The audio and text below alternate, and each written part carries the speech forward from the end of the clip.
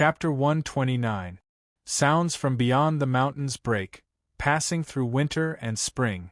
The closer I get to my hometown, the more afraid I become to ask who it is. As we headed north, the closer I got to this familiar land, the more I felt the feeling of, the closer I get to my hometown, the more afraid I become to my hometown. It was a pity that the situation was getting worse and worse, and I couldn't even be a coward. Since I was destined to be unable to avoid it, then I would just do my best to face it. Under my request, the Borealis would stop at every town, and I would walk around to check out the situation. Due to the frequent stops, the journey from Donlon Principality to the capital, which should have taken at most a week, had already taken more than 2 months. This was my usual style of doing things, and it was also the administrative basics that I taught Anne and Renee. Sitting at the top and giving orders blindly wouldn't solve the problem.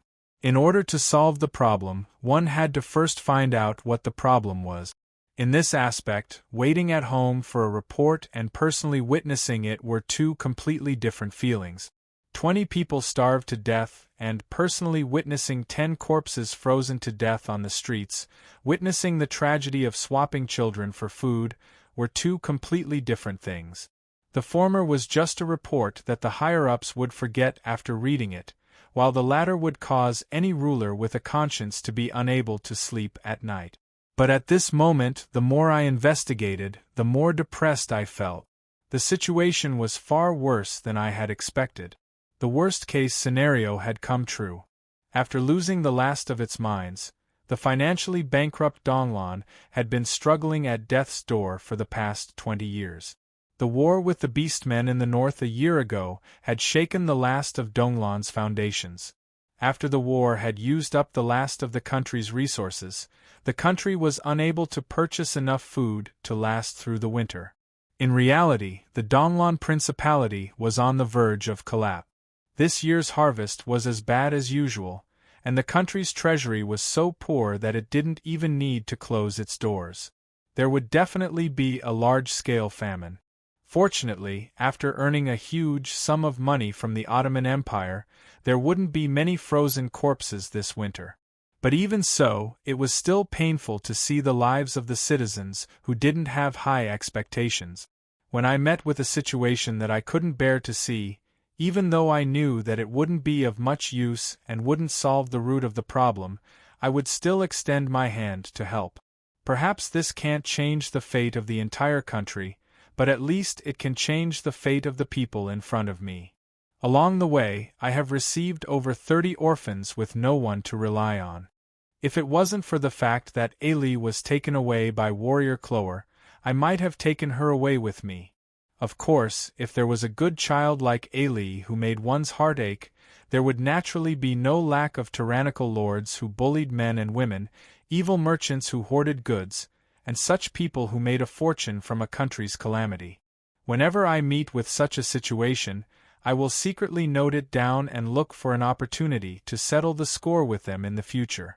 If they really go overboard, such as a certain domain lord using the right of first night as an excuse to extort and blackmail, causing the entire territory to be filled with complaints, I will not forget to carry out my duties as an executioner. Of course, at such a time, I will have to thank Renee for giving me the proof of being a royal envoy. That's great, the royal family is starting to punish the evil nobles. Since it was a death sentence, even if they were to be brought to a fair trial, for the sake of the citizens who were still being bullied, it would be best to skip this middle procedure. Even though I was very careful, such rumors still spread like wildfire. On the contrary, for some reason, it increased the authority and prestige of the royal family. However, what was comforting was that perhaps the nobles who wanted to live a good life had already fled to other countries, or perhaps this country had a tradition of bestowing territories based on military achievements, or perhaps the extravagant and decadent lifestyle of the human nobles hadn't been completely spread here due to the remote northern lands. Most of the domain lords whose ancestors were commoners didn't say such nonsense as, since there's no rice, why not eat meat soup? They still haven't gotten rid of their natural earthy scent and are still carrying out the basic duty of protecting their citizens. Using the words of those noble pure-blooded, Ottoman, true nobles, who had been passed down for several hundred years, the so-called nobles in the northern lands are all barbarians who use their muscles to think. They still haven't gotten rid of their earthy farmer scent. However, if you ask me, compared to those so-called pure-blooded nobles who are obsessed with feasts, luxury goods, and hallucinogenic drugs, I still prefer these farmers and barbarians. At least they haven't forgotten their origins. At the very least, they are more like the ancient domain lords who pioneered the land, protecting their citizens from wild beasts and famine.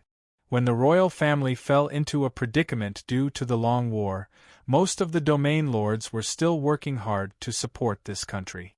There were many who were diligent and loved their citizens. I have also seen many who spent their entire family fortune to help their citizens. Every time this happened, I couldn't help but sigh. When the citizens and domain lords didn't give up hope, it meant that the bones of this country weren't rotten yet. There was still hope. This was the good news that made me the happiest. No matter how difficult the external problems were, there were always ways to solve them. If even the bones were rotten, then there really was no hope. I had already promised little Ailey that I would change everything, but how to save her had become a huge problem in front of me. In this era where the citizens didn't have high expectations, to maintain the stable development of a country, there were two basic prerequisites. The first was the supply of food, and the second was social security. These two were directly related to the most fundamental problem of survival. As for employment, business, education, and so on, those were of a higher level. The northern lands had never been a land that produced food, but it was rich in mineral resources. Exchanging mineral resources for food and daily necessities had been a habit for thousands of years. In the past, the Mist Kingdom stood tall in the north, while the current Donglan Principality was constantly losing land and was on the verge of collapse. This couldn't be blamed on the incompetence of the later generations of rulers. In reality, there was only one reason. If the country is strong, then the people are strong. If the country is weak, then the people are weak. It really is the sorrow of a weak country. With a slight comparison, the root of the problem could be seen. Back then, the Mist Kingdom was an awe-inspiring country. Even though it was a small country, it wasn't a weak one. The people of the country valued martial prowess, and they had many different kinds of Tier 3 troop. The lowest Tier 4 Aurora Knight was renowned throughout the human world. Under the Royal Knight Order, there were 7 Ace Knight Orders. Any two of them were more than enough to sweep through the northern lands. That year, the powerful Mist Kingdom repelled the Beastmen and Elves to the north and sealed the Demon Abyss to the east. Furthermore, it was rich in mineral resources.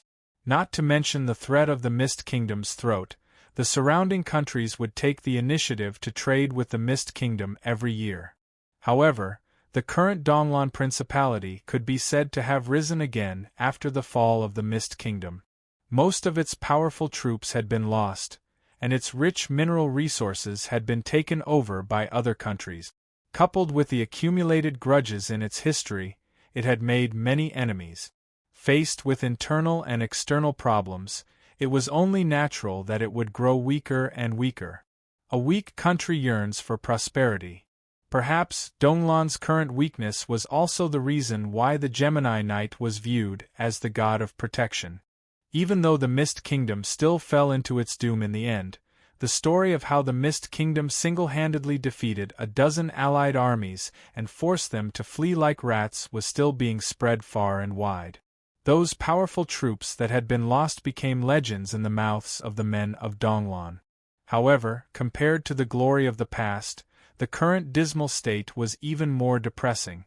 Even though the tradition of martial prowess was still present, the current Donglan Principality had been reduced to a small third-rate country. With its current military prowess, not to mention ruling over the northern lands, it was hard for it to even protect its citizens from the beast hordes and ambitious neighboring countries. If we had sufficient rations and resources, Ailey's mother wouldn't have starved to death. If we had a stronger military prowess, even if we weren't able to hold a winter hunt like the Mist Kingdom and view the beast hordes as rare prey, at the very least, we would be able to control the scale of the beast hordes before winter. But at the very least, we would have been able to control the scale of the beast hordes before winter.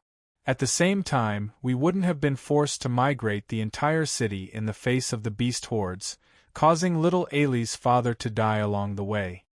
This was also the reason why I said that the aid to the individual is only a temporary solution and not a permanent solution. The rations that they extorted would run out sooner or later. Without sufficient military prowess, even if they managed to survive this winter's beast hordes, there would still be problems in the coming year. So, if I wanted to turn everything around, what I had to do was very clear. Since the lack of rations and a weak army were the most important problems at the moment, then solving the issue of rations and strengthening the army was the first thing I had to do. This was the only way to solve the root of the problem. I already had a plan to strengthen the army, but the biggest problem now was still food. Rations, This is going to be difficult. This barren frozen land was rich in minerals, but it wasn't suitable for crops to grow. It was possible to ask the mages to provide some temporary weather conditions, but the mages also needed materials to cast spells. If they were to do so on a large scale, no one would be able to afford the huge bill. Since it was difficult, I would look up the strategy guide.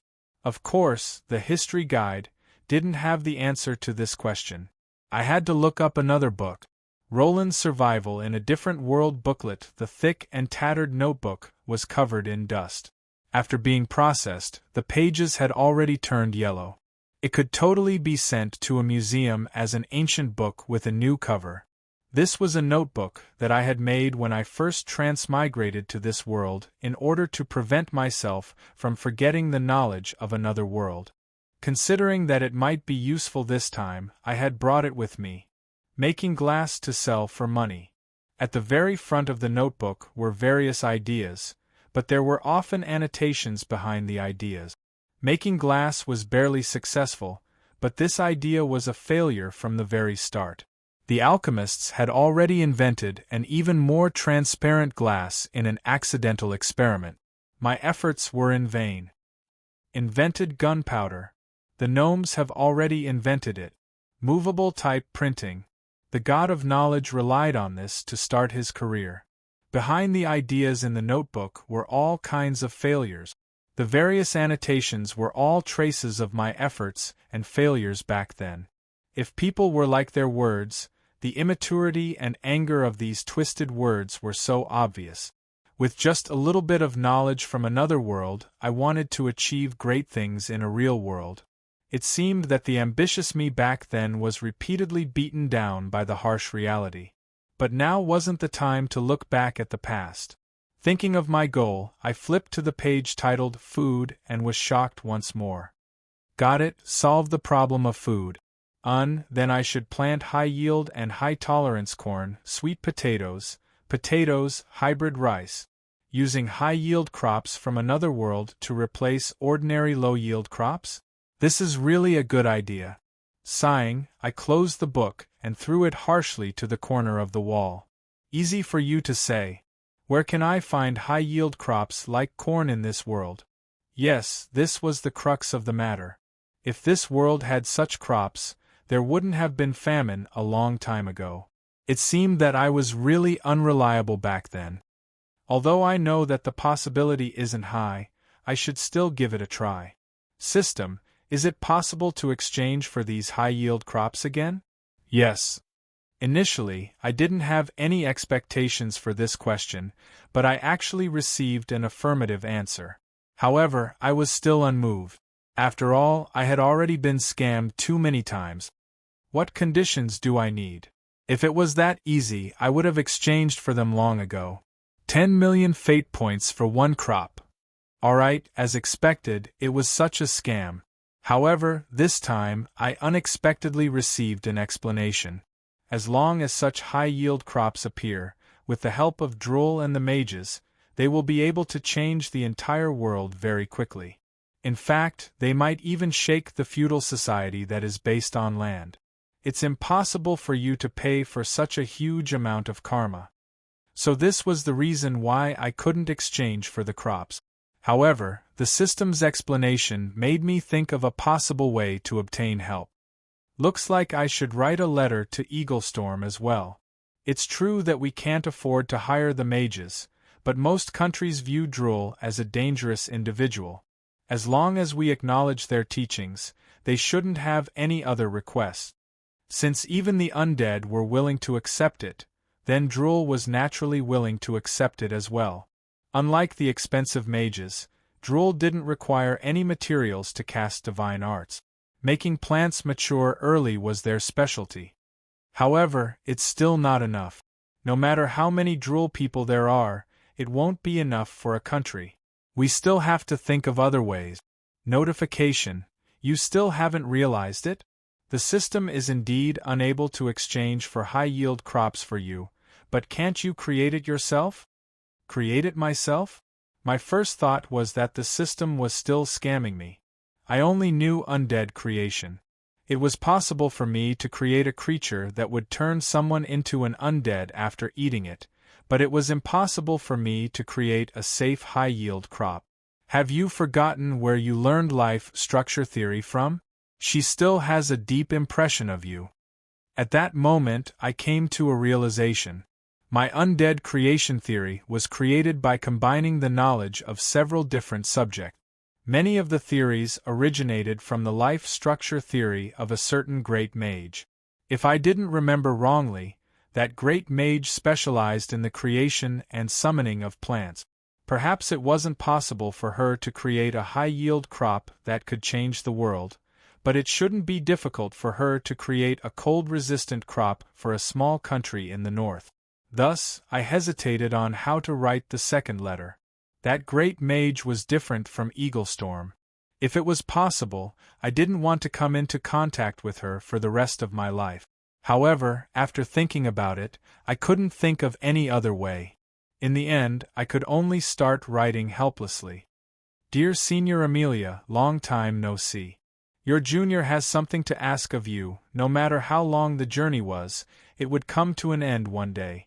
All of the preliminary work was completed and the familiar capital, Definder, was finally in front of me. However, I fell into a state of worry. There was no reason for me to drag it any longer. Just as I was about to enter the city, I received a new piece of news and immediately turned the ship around. More than half an hour later, I found my target in a mountainous region about 20 kilometers southwest of Definder. It was a silent campsite with a bonfire burning silently. The cloaked figures in the campsite were silent and silent. The Church of Law led by Shueti has long entered the city and has already established a church to preach. As for Sir Ferdinand and the other undead knight, they are camped outside the city. This simple piece of news astonished me. After all, I understood Sir Ferdinand. He was extremely stubborn when it came to promises and military orders. Since I said that I wanted him and the undead knight to enter the city to teach those young knight of the new generation, he definitely wouldn't go easy on me. He should have entered the city long ago. However, the moment I alighted from the ship and saw the situation in the camp, I understood the reason. Originally, I thought that Ferdinand would bring 20 to 30 elite knight of various military types as instructors.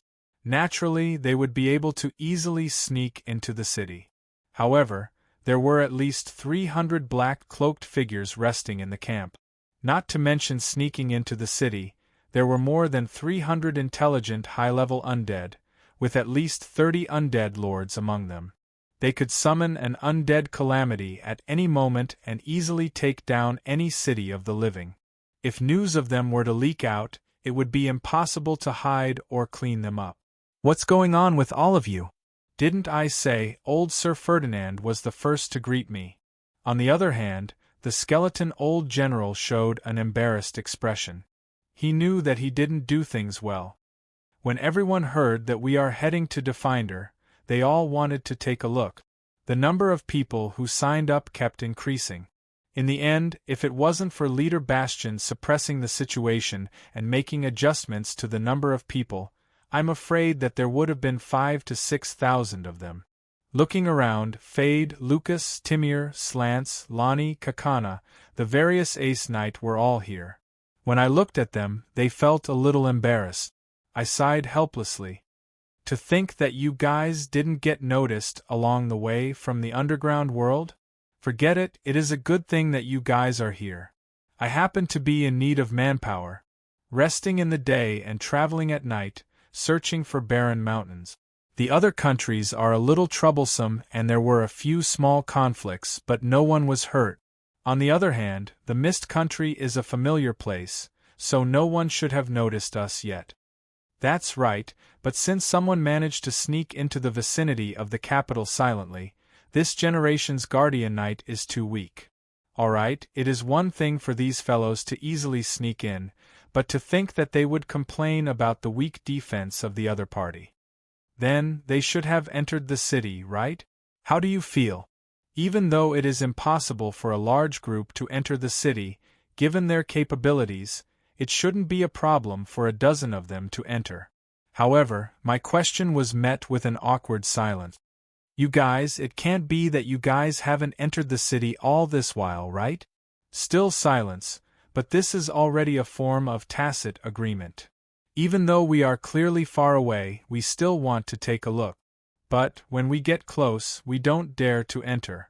Fade's words received a wave of agreement. Perhaps this is another form of fear of returning home. But other than that, the undead knight has other concerns. After all, we are already undead, so we are on a different path from the living. Actually, I am already satisfied just by looking at it from afar. This generation's Mist Country doesn't seem to be in a good situation. If we were to get involved with the undead, we would probably be ostracized by the human society. Your Highness, our stubbornness has caused you trouble. Actually, we are already satisfied to be able to revisit our homeland. We have already discussed it, leaving behind 20 of us as instructors, while the rest return via the route we came from. Enough. An inexplicable anger made me interrupt the knight's self-pity. Have you all said enough? Are you all satisfied just by looking at it? Tell me loudly, you all traveled 1,000 miles and braved the dangers to pass through the borders of several countries just to look at it from afar? Are you all satisfied just like that? Are you all willing to return just like that? Do you think that I am a fool? Of course. Lucas swallowed his words after being glared at by me. He seems to be feeling a little guilty. The scene before me is extremely similar to that of Camisia and Fander. A few days ago, didn't they say the same thing as well? These few days have been enjoyable. There are still differences between the living and the dead. It is enough for us to just follow them. In reality, I know that no intelligent being would like to be alone, not to mention being treated as a different species.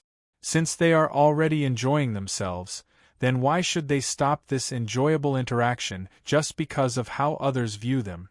I also know that when facing the living, they are hesitant and fearful. They are worried that they will affect my plans, worried that I will be viewed as an enemy by the world because of them. After all, the mainstream view of this world is that the dead are evil.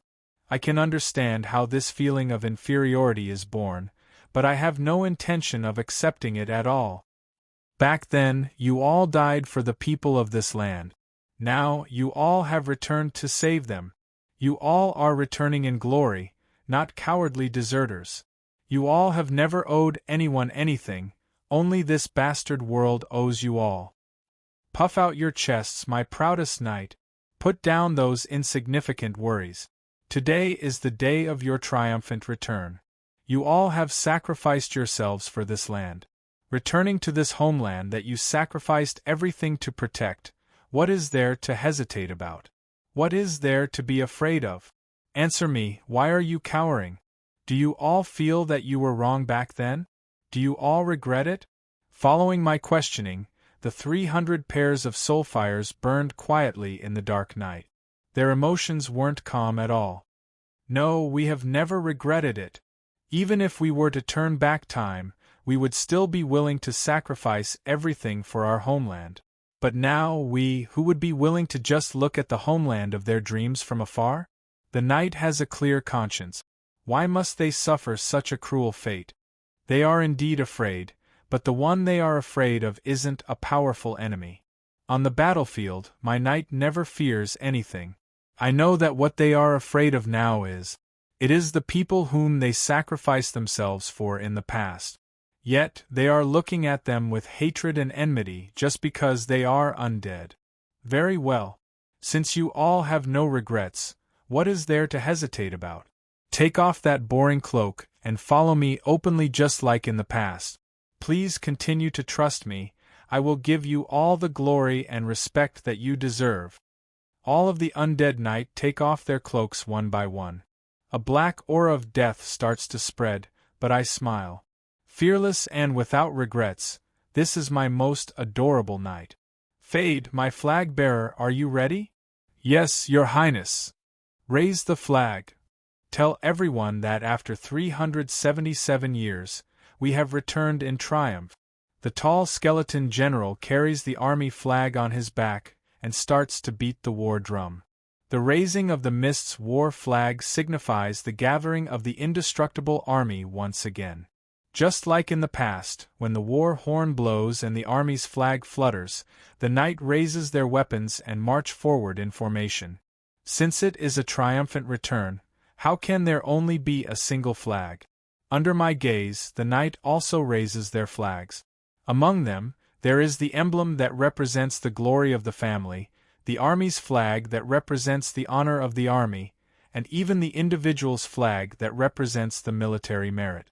To a knight, the war flag is his honor. Even if he loses his weapon, he will not lose his flag. The continuation of the family, the army's honor, and the individual's military merit. There are quite a few who carry 3 flags. Some knight even carry more than 10 flags. However, he stubbornly intends to carry the war souls of his brothers on his back. Slants has 12 flags, Fanderk has 15, Barak has 20, Seta has 17. The skeleton of a knight holding the war flag trembles. It isn't because he is too timid, but because the war flag is too heavy. As the last flag bearer of an army, he is afraid that he will be shamed by the glory represented by the Snow Lion war flag. Edluin. His family has served in the Snow Lion Heavy Infantry Regiment for generations. Before the Battle of Definder, this regiment was attacked by a forbidden spell.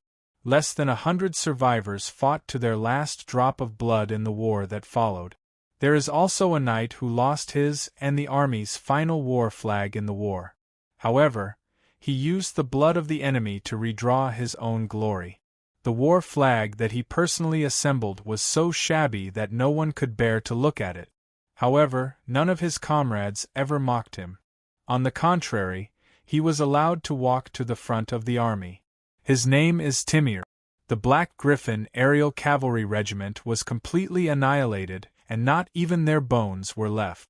Only he, as a dragon knight, responded to my summons and returned from hell. The war flag is the continuation of history. What it carries is the loyal bones under the mountains, the warriors who sacrificed their everything for this land. Every single flag is so tattered. Every single war flag represents the sacrifice and hot-bloodedness of countless warriors. Beneath every war flag are memories of blood and fire. The sun rises slowly in the distance. The last night breeze blows past and these tattered war flags flutter along with the wind. Our defeated army has returned triumphantly. Play. The third movement of Ridstein's great victory, Triumphant Celebration. Accompanied by the sound of the horn was the triumphant march, which represented the return of victory. The banshees began to lead the singing in the softest and most cheerful rhythm. In the cheerful harmony, even the clumsy knights began to hum along with them. The joyous triumphant march of the past echoes in our ears. The triumphant celebration of the past reappears in the eyes of the crowd. It is as though we have won countless times in the past and are preparing to return to the city to receive the cheers of our citizens. We are home. Chapter 130. The historical city of Definder, as the capital of the small country Donlon, was famous throughout the world. However, to visitors who visited it for the first time, it was inevitable that they would be disappointed. This city wasn't as majestic as the capital of other large countries. On the contrary, it was extremely dilapidated. Even to this day, there were still many abandoned buildings in the city. Ancient buildings were indeed worth researching and artistic value, but ancient ruins didn't have much sense of beauty. Even though it had the most majestic city walls and fortifications in the entire northern lands, as the population was far lower than its historical peak, only a third of the city was still in use. The city was still empty and sparsely populated. The Mist bloodline had guarded the northern lands for the entire human world for thousands of years, and this war-torn city had always been their capital. This ancient city had been through countless battles, and in the records of history, it had been massacred by the foreign races thrice. Yet, the people of the Mist rose up again and again, seizing back their cities time and time again to rebuild their capital. In the long river of history, what hurt them the most wasn't the barbaric invasion of the foreign races, but the dagger in their back, which almost turned this impregnable historical city into ruins. AD 1520, after defending for 15 months, under the exhaustion of food and ammunition, the final capital of the Mist country, Definder, was breached by the allied armies of the human race. Prince Roland led all the defending troops and died in the city. In the history books, this was a simple record without any head or tail, but to the Mist people, it was the most unforgettable hatred. Back then, the Church of the God of Holy Lights Pope Paul IX gathered together 17 countries to form an allied army. While the Mist Kingdom's main army was fighting against the Beastmen in the north and the demons in the east, they viciously stabbed the Mist Kingdom in the back.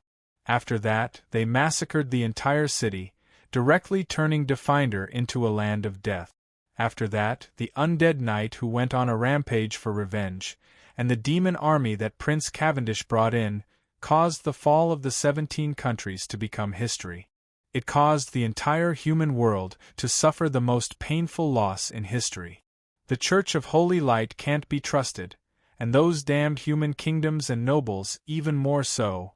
This was the oath that the Mist people engraved in their bloodline after being betrayed for the past 300 years, and it was exactly what they did after that.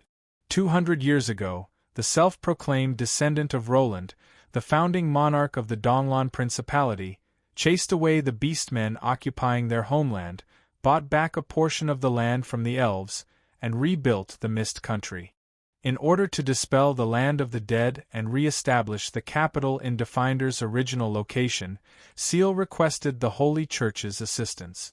Even though the Pope of that generation spent a great deal of effort to restore the land of the dead to the land of the living, the Mist citizens' attitude towards the Holy Church only improved slightly. Their attitude towards the Holy Church went from throwing stones at their backs to sneering at them to their faces.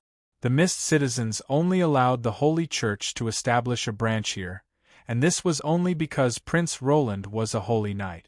Of course, with the Church of Holy Light as the main religion in the human world, the Mist country's unfriendliness towards other countries and the Holy Church naturally led to them being isolated in the human world once more. This was also one of the main reasons for their gradual decline.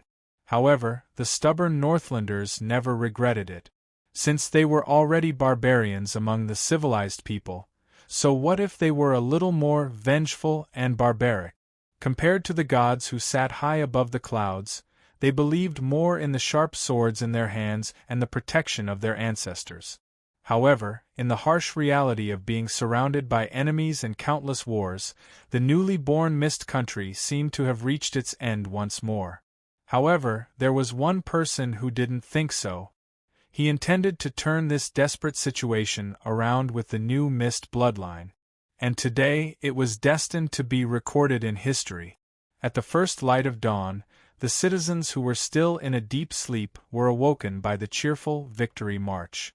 The sound of horse hooves from the palace all the way to the gates of the city swiftly woke up the ancient city. A red carpet was laid at the city gates. The royal guards of honor and musicians started to play music. The royal knights started to line up and the guards on the city walls started to scatter rainbow-colored petals. This was the prelude to a triumphant return, and it was the most popular season for everyone. However, it was a pity that the most recent victory was a year ago, when both sides were heavily injured from the war with the Beastmen. The joyous news of victory was covered by the shadow of the king's death. Upon hearing this victory march, the citizens excitedly walked out of their homes. As they walked towards the city gates, they discussed among themselves.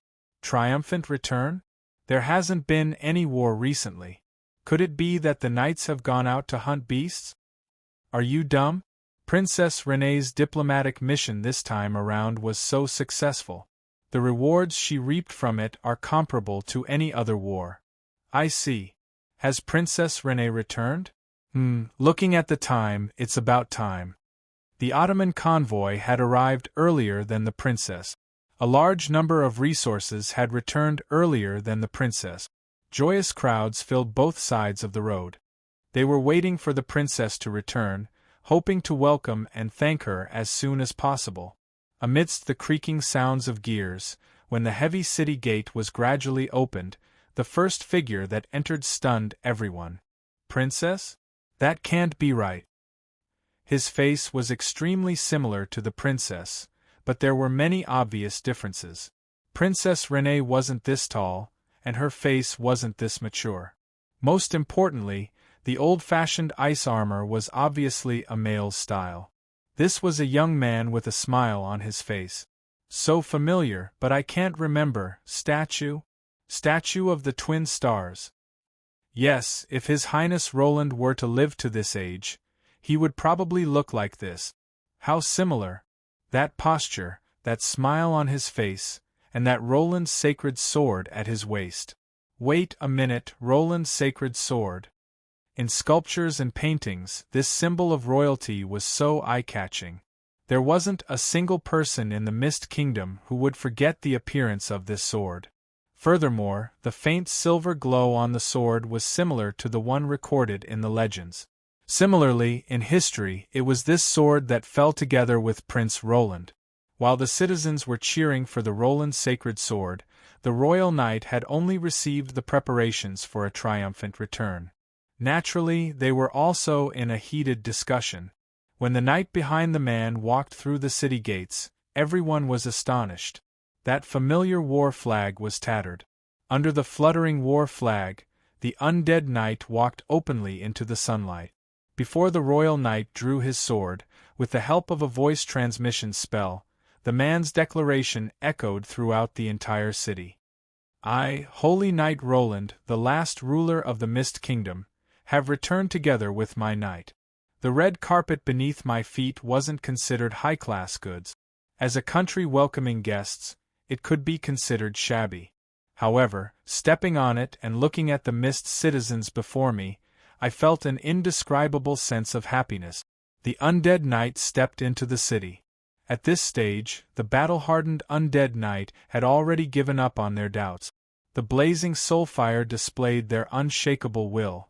Yes, what was there for them to hesitate about? What was there for them to fear? It was just a triumphant return. Even if their bodies had changed, how could their wandering hearts change? Following closely behind me through the city gates was Renee, who was riding on Frigid Maw. Her appearance with a smile effectively eased the tense atmosphere caused by the undead. Princess Renee? What is that? That dazzling white mount? Frigid Maw. That's the legendary Aurora Knight. I never thought that I would be able to see the legendary Aurora Knight. Could that person really be Prince Roland? While Donglon was astonished by the reappearance of Frigid Maw and cheered for their Knight Princess becoming a legendary Aurora Knight, the next scene caused everyone to suck in a breath of cold air. This made the title of Prince Roland even more prominent. 54 Frigid Maw Knights stepped through the city gates in an orderly manner. Even though the appearance of the knight had changed beyond recognition, the ice armor engraved on the murals and sculptures wouldn't lie. The sole mount that was covered in ice was a trademark of the Mist Kingdom in the past. More importantly, the 54 fluttering Aurora war flags indicated their identity. The Aurora Knight Squadron. It's the Aurora Knight Squadron, the legendary Knight Squadron that was said to be undefeatable over 100 knights. That's the Mist Kingdom's proudest sword. It's the unstoppable cold light cavalry that swept across the northern lands. For so many years, whenever Donglon was bullied, the citizens of the Mist Kingdom couldn't help but recall the glory of the past. Is the Alchemist Knight that amazing? Is the Beastman Wolf Knight that amazing? If our Aurora Knight Squadron was still around, how could we have allowed those shameless brats to act so arrogantly? Words of regret. When their Knight Squadron was defeated countless times due to the disparity in equipment, the resentment and anger were passed down from generation to generation, eventually settling into sighs of helplessness and despair. Sometimes they had no choice but to accept the reality that their country was no longer strong. The Mist Kingdom that dominated the world with its Knight Squadron has become a weak country without any powerful troop. A while ago, there was indeed a rumor that Princess Renee had displayed her prowess as an Aurora Knight in the Ottoman Empire. However, to the citizens of the Mist who knew about the history of Frigid Maw, they knew that it was impossible and treated it as just another rumor. Sigh, if only it were true. If only we had an Aurora Knight, we wouldn't have been suppressed. At this moment, among the undead Aurora Knight Squadron, Princess Renee, whom the citizens were familiar with, stood out. The unicorn Frigid Maw beneath her proved that all of this wasn't just a rumor. The Aurora Knight had returned to the world. Is it the princess who brought back our pride, the strongest Aurora Knight in the northern lands? It's the Knight Captain Eloin. He has also become an Aurora Knight. The heavens bless the Mist Kingdom, we have an Aurora Knight again. We are no longer a weak, third-rate country. Perhaps the Aurora Knight Squadron wasn't the strongest among my Knight Squadron. However, to the citizens of the Mist, it was the symbol of the Mist Kingdom's golden age. It was the treasure that they hoped to possess once again. Placing the undead Aurora Knight Squadron at the forefront, along with Renee and Eloin, not only weakened the citizens' hostility toward the undead, it was also sufficient for the citizens to form the associations that I had hoped for. Could that man really be Prince Roland? Could it be that these undead are the final Aurora from the fallen lands of Definder? Under my encouraging gaze, Renee, as the host, also knew what she had to do. The young female knight stepped out of the ranks and welcomed the citizens who were still hesitating. She took the Roland sacred sword from me and made a vow that would leave her name in the annals of history. I, Renee Cheen Mist, a descendant of the Mist royal family, have found my ancestor, Prince Roland, and his knight squadron in order to strengthen our country once more. From now on, our aurora will shine in the northern lands once more. With the help of His Highness and his loyal Royal Knight Squadron, our Donglon Principality will rise once more. Perhaps some might be worried because of their identity as undead. However, I swear on my honor and life that they are the most trustworthy existences. Citizens, I know that you will be worried and apprehensive. After all, they have already turned into undead. However, back then, they used their lives to protect their city. Even if they were to die, they would avenge their enemies. Now, even if they have turned into undead, even if their souls were to be destroyed, they still chose to help us. What is there to doubt about such Knight Squadron? With the help of a sound amplification magic, the declaration of the young princess spreads across the entire city. That clear and bright voice reverberates throughout the entire city. Before this, the radiance of the royal sacred sword had already ignited the passion of the citizens. The Roland sacred sword, the Holy Knight Roland, and the Royal Knight Squadron have really returned. Her Highness has found the lost royal sacred sword and the Knight Squadron. Facing the excited citizens, Renee pauses for a moment before continuing. Perhaps their current faces are frightening, but you can look at their armor and weapons with their family emblems. Look at the Mist war flag that has experienced countless battles. The will of the Mist will never yield, and the Mist war flag will never fall. Even if they are already dead, they still have a reason to protect their country. Isn't this the embodiment of the will of the Mist? You don't trust such a knight squadron. What else do you intend to trust? Do you believe in the holy light that has no proof? Due to the lack of time, I didn't manage to teach Renée what to say. Looking at the impassioned Renée, who is filled with sincerity, I couldn't help but smile in relief. Just as Rain was giving her speech, the sky suddenly darkened. A gigantic beast streaked across the sky, causing countless people to sigh in amazement. Bone dragon? No, there's someone up there. He actually jumped down. That's a bone dragon knight. The moment Timir landed on the ground, he raised the familiar Black Griffin war flag. I knew that since the Roland sacred sword and Renée had already proven my identity, it was time for me to say something. Timir, the last dragon knight of the Mist Country. In the aerial battle of Scott, our Black Griffin aerial squadron was surrounded and attacked by enemies that outnumbered us 5-1. In order to cover the retreat of our ground troops, the Black Griffin aerial squadron fought a bloody battle, and eventually, the entire squadron was annihilated. Timir himself even managed to kill 2 of them under the joint attack of 3 dragon knights. Even though I intentionally maintained a calm tone, my words still caused countless exclamations of shock. Without a doubt, dragons are at the top of the food chain. An ultimate unit like the Dragon Knight Squadron is something that only the most powerful empires can possess. The current Donglan Principality doesn't even dare to think about it. According to historical records, the Mist Country did have several Dragon Knight squadrons in the past. I didn't expect that I would actually be able to cross the river of history and meet them. Our aerial squadron is made up of a bunch of good lads. However, due to the extreme cruelty of the aerial duels, the losers were left with nothing left of them. Even though the aerial squadron is made up of the elites of the Mist Country, only Timir responded to my summons and dealt a second blow to those damned invaders.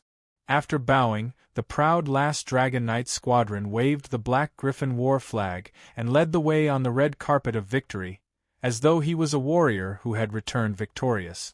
No, he was indeed a warrior who had returned victorious. This is our knight, the evil undead? No. We are just a bunch of fools who are unwilling to accept the beautiful Mist Country being occupied by the invaders and have returned from hell once more. After Timir and the Aurora Knight squadron advanced together, the survivors of the various armies entered the city next. As for me, I started to look back on history. The Polar Bear Squadron and the Royal Heavy Infantry Squadron. These 2 squadrons were mixed together at the end of the war. Equipped with the Avalanche Defender armor, they were our strongest barrier and fortress. Now, after going through countless battles, there are only 16 of them left. Among them, the strongest is also the youngest. That is Carlos Dice. I nodded my head proudly and introduced one of my most trusted knight squadrons to the world. My most reliable moving wall. In order to protect the fleeing citizens, he used his flesh and blood to block the stone bridge, using his body as a target to hold back the butcher's knife of the invaders. Back then, he was struck by over 100 arrows and died. His blood flowed dry and not a single bone was left intact. In the end, he could only be resurrected as an abomination. That year, the Guardian Knight Carlos Dice, who made me so proud, was only 15 years old. It is hard to imagine how an abomination would reveal such a shy expression. But at this moment, Carlos is nodding his head shyly towards the citizens. His smile remains the same, just like when he was young. Asmo Hound Tamer. You might not have heard of them before. They are our special ranger unit, and the representative of them is our heroic scout, Long Wind Knight. Even though it is a conventional dragon spear knight, it is still the main force of our Mist Country's army. Slants, oh, this is the great sword Saint Fade. I believe you must have heard of the great name of the number 1 sword saint of the Royal Knight Squadron. Of course, the prerequisite is that you have heard of his father. This old Knight Ferdinand has no intention of undermining us. This is, one by one, the names of the knight are called out. Along with the identity and past of the undead knight being revealed, the unyielding history of the undead knight enters the eyes of the citizens.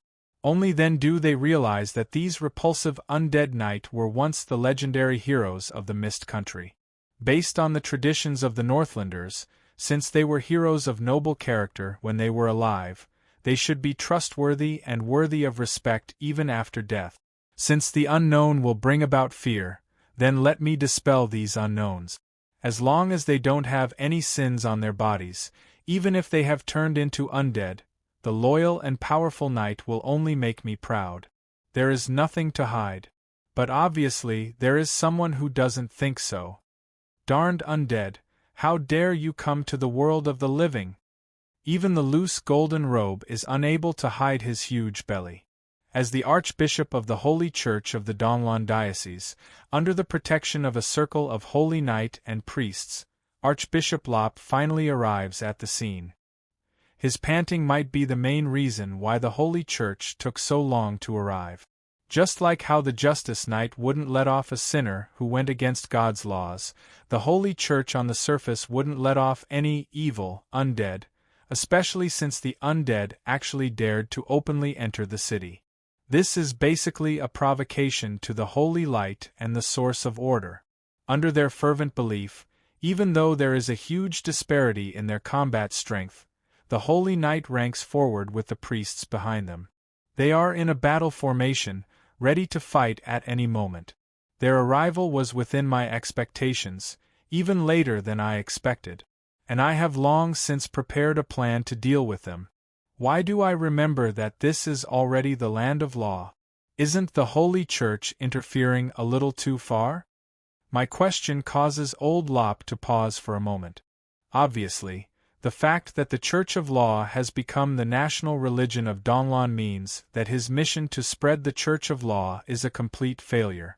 At the same time, the person I am waiting for has also arrived. Hey, old Lop, don't go overboard. The Donlon Principality has already established our Lord's faith as the national religion. This is already the land of law. Don't you think that you are going overboard by committing murder in front of me, the highest bishop of the God of Law? Shueti has also arrived. The moment he appears, he winks at me mischievously. Behind him is a familiar face. That familiar silver mask is filled with the radiance of the power of law. It seems that following Wumian's ascension to godhood, they have become much stronger.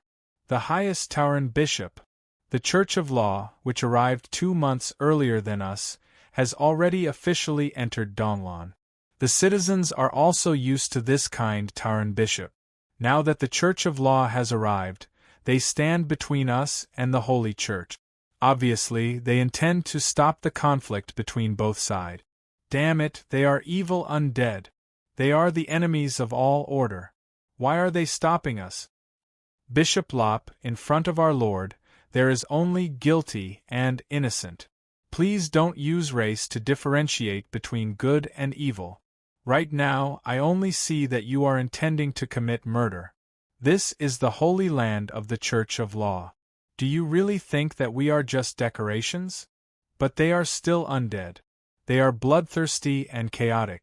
Even if they were heroic figures in the past, can you guarantee that the current them won't harm others out of instinct? The undead are infamous. The middle-aged holy knight's roar resonates through the air, following which the citizens start to hesitate. Shueti, on the other hand, laughs.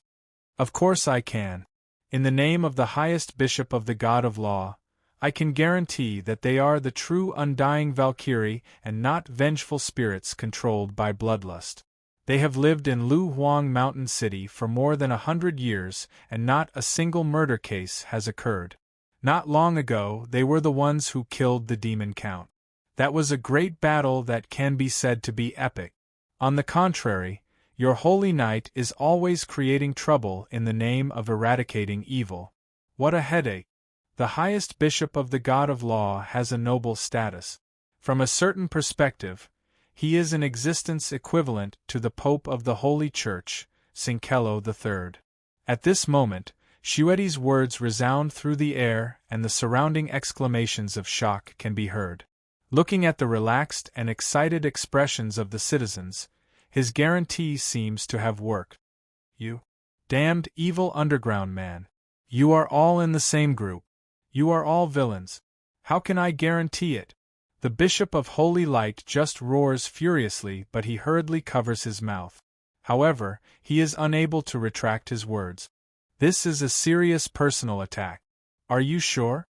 You actually dare to insult the highest bishop of a true God as a villain? Also, I can't pretend that I didn't hear that discrimination. This is a serious insult to the entire Church of Law. I will lodge a serious protest to Cincello III.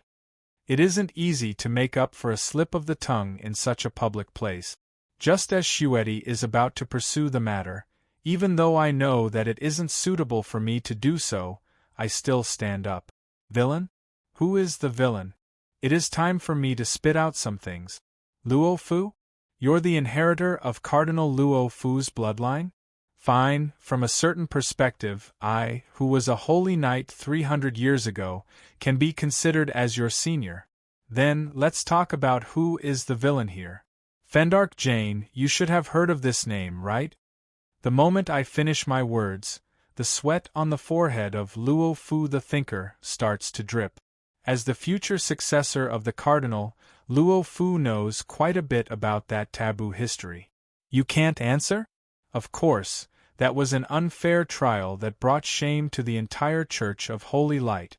Those who believe in the Holy Light are executed as villains and heretics, while the true villain sits high up on the bench of the trial. Is this the justice and fairness of your Church of Holy Light?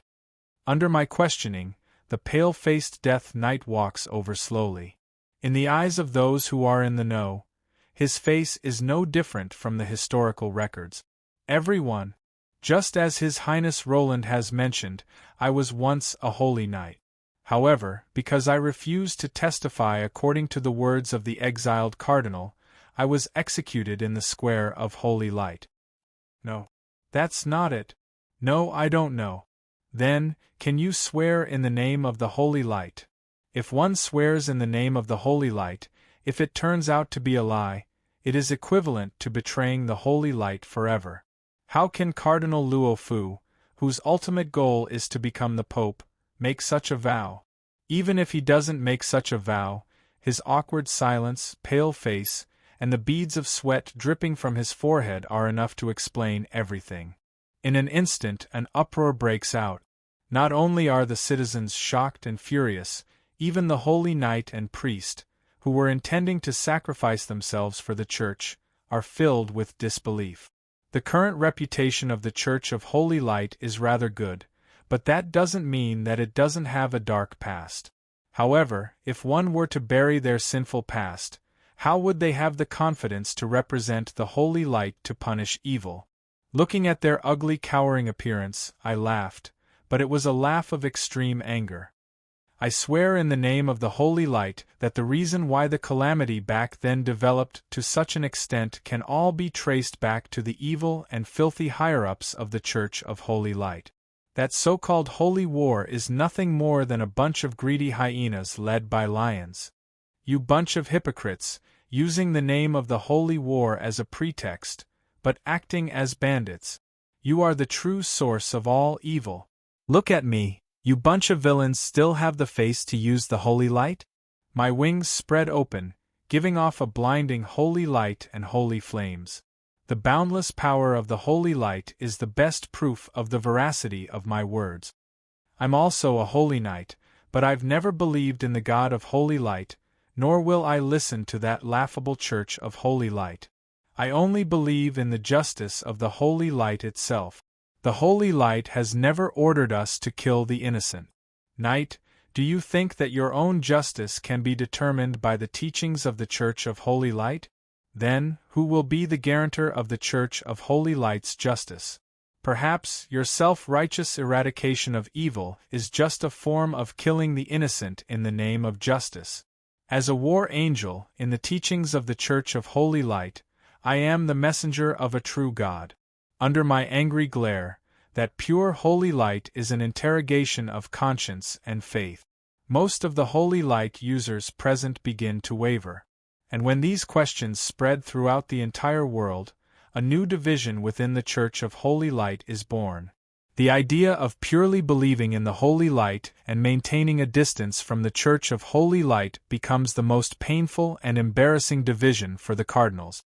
But at this moment, at this critical moment, when Lo Fu is being forced to retreat step by step and is making a fool of himself, when the citizens of the Mist Kingdom are looking at the Church of Holy Light in an increasingly unfriendly manner, that middle-aged Holy Knight Captain Wood stands out once again.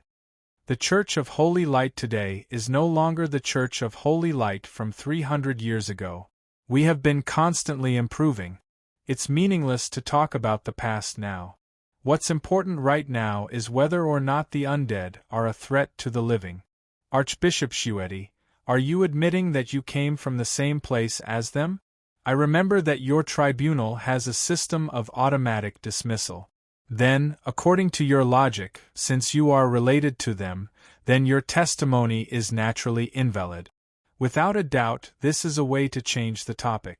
Furthermore, it is a malicious misinterpretation of the teachings of the God of Law. Is this the tribunal? A guarantor and a witness's testimony are two different things. According to your logic, the guarantor can't be related to the person being guaranteed. Then, doesn't that mean that there is no one who can be a guarantor? Looking at this malicious misinterpretation, Shueti is infuriated. Just as he is about to reprimand the other party, a familiar voice rings in his ears. Then, can I be a guarantor? That was a red-haired warrior who had been standing in the middle of the crowd.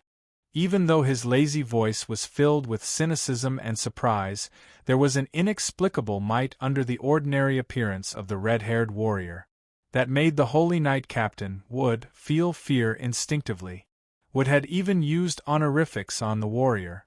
You are Adam Han, Red Lotus Sword Saint, as well as Roland's close brother and the previous City Lord of Sulphur Mountain City.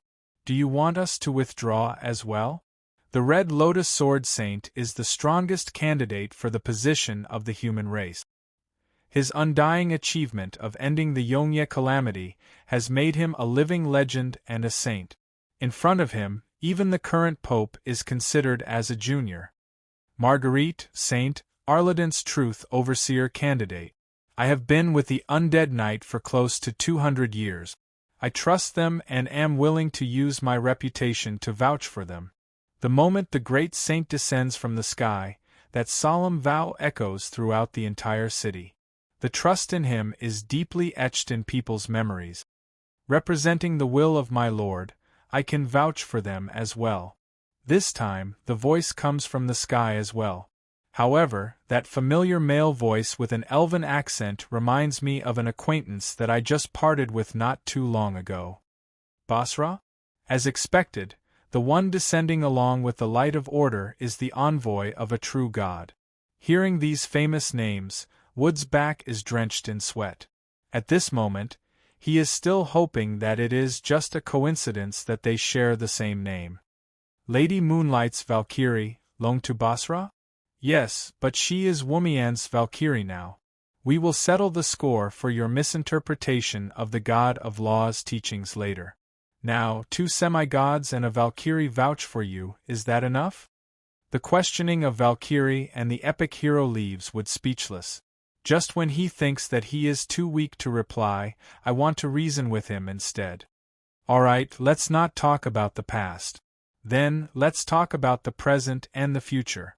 300 years ago, you destroyed the Mist Country with groundless reasons, leading to the calamity of the demons that lasted for 16 years, causing the entire human world to suffer the most painful calamity. And now, this calamitous country is once again in a desperate situation, but what do you intend to do? You say that you are protecting the human society from the invasion of evil, but from what I see, Your holy church is the source of all evil. We are guiding people to do good. The holy church is the source of all evil? This is a question that I have never heard before, shocking Wood. Following which, fear comes from the bottom of his heart. In that instant, facing the endless dark history and the furious accusations of the victims, he, who is skilled in eloquence, is actually unable to find any words to respond. Believing in the Holy Church means doing good? What a joke! The moral conduct of my knights is 100 times nobler than those pigs in the Holy Church who wear the clothes of an archbishop. For so many years, my people are on the verge of starving to death, but I don't see the Holy Church doing anything decent. Fine, the Holy Light doesn't care about me, but why? When I returned with my knights, intending to let my people live a decent life, you jumped out. You say that this is unacceptable, that is unacceptable. Are you happy when you see this country being destroyed again and its people starving to death? The furious questioning leaves the other party at a loss for words. Suddenly, a small pebble knocks on Wood's head. That is a little girl venting her anger. Batty, don't bully Big Brother Knight. While Wood is stunned, under the relentless questioning, when the hatred of his country is brought to the light, the surrounding citizens are already furious. At this moment, the little girl's blow is only the initial fuse. Following which, the furious roars of the mist citizens cause more and more pebbles, rotten eggs and other household rubbish are hurled over. Finally, under my questioning, when the dark history of the past is dragged to the light, the dissatisfaction of the people of the mist against the Holy Church finally erupts. Murderers! Get out of the Mist Kingdom! You villains and bullies, don't you know shame? Kesha of the Almond family, Roar of the whatever Cole family, if you are still a citizen of the Mist, take off your ugly priest robes. Come back to us. Under the agitation of the masses, facing the furious elders of their hometown, the people of the Mist who joined the Holy Church can no longer stay. Perhaps the influence that the Holy Church has planted in Donglan over the years will be swept clean. While the Holy Church is being questioned and even expelled, my knights are destined to receive the respect they deserve in the future due to their heroic past. At this moment, I don't have the leisure to be surprised by these small matters. The gift that Basra brought to me by Womians is destined to shock the world. God Power Forbidden Spell. City of Sinless. This? Yes, this is a generous gift that our Lord Womians has bestowed upon this city and country. In this world, only you, Lord Roland, are qualified to use it. How can the Order gods allow the City of Rain to enjoy the limelight? Perhaps only I know what I am thinking in my heart. This gift is indeed what I need the most. With it, the gap between the living and the dead will be shortened swiftly. After hesitating for a moment, I finally made up my mind. I, the God of Law, Womians, hereby declare that under my will, the capital of Donglan, Definder, shall become the holy land of the law, the city of Sinless. When I tore open the God Power scroll, a mysterious God Power took control of my word. Then, the voices of the mortals and the true gods in the world fused into one. This is the declaration of a true God. The entire world has to listen to my will. In this city, no one will be punished because of their identity, race, or status. Before the law of God, every intelligent being has the right to live freely. If anyone were to violate the law of God in this city, regardless of their identity, status, or race, they will be judged as a sinner by the eternal judgment spell. My believers are free to judge their sins. The incantation had ended here, but strangely, when I moved my lips, there was more content to the incantation. In my city, the undead do not represent evil and the holy light does not represent justice. Before the law of God, everyone is equal. Only the most heinous sins must be punished. Chapter 131. I, the God of Law, Womians, hereby declare that under my will, the capital of Donglan, Definder, shall become the holy land of the Law faction, a land without sin. Under the will of a true God, all mortals must remain humble. When the god's declaration came down from the clouds, even the angriest holy knight or priest had to stop all dispute. The true God in the clouds displayed his divine might. Countless pillars of light descended, and the silver light of law illuminated the entire world. The originally dilapidated buildings were covered in a layer of faint silver fluorescence, and the entire city appeared solemn and dignified. The golden scroll contained the divine power of the God of Law. Without a doubt, this was a country-level, perpetual, tactical forbidden spell. As the scroll was torn apart, the overflowing power of law turned me into the medium of this forbidden spell, replacing the God of Law to release this super-forbidden spell. However, outside of the declaration, I added my own commentary. Can sunlight exist by itself without the aid of night? Is there no shadow on the other side of the holy light? In my city, the undead do not represent evil, and the holy light does not represent justice. Before the God's laws, everyone is equal. Only the most heinous sins must be punished. Two souls of the same origin resonated with each other. In the end, Womians, who had no sense of self, gave up on the right to operate. My will made some changes to the original declaration. When the true God's declaration resounded throughout the entire world, even I was unable to predict what this huge change would lead to, and what changes my sudden addition to the declaration would cause. At the very least, in the eyes of the other Holy Church job classes, the God of Law's suggestion that there may be shadows on the other side of the holy light, and that the holy light does not represent justice, was basically a slap to the face.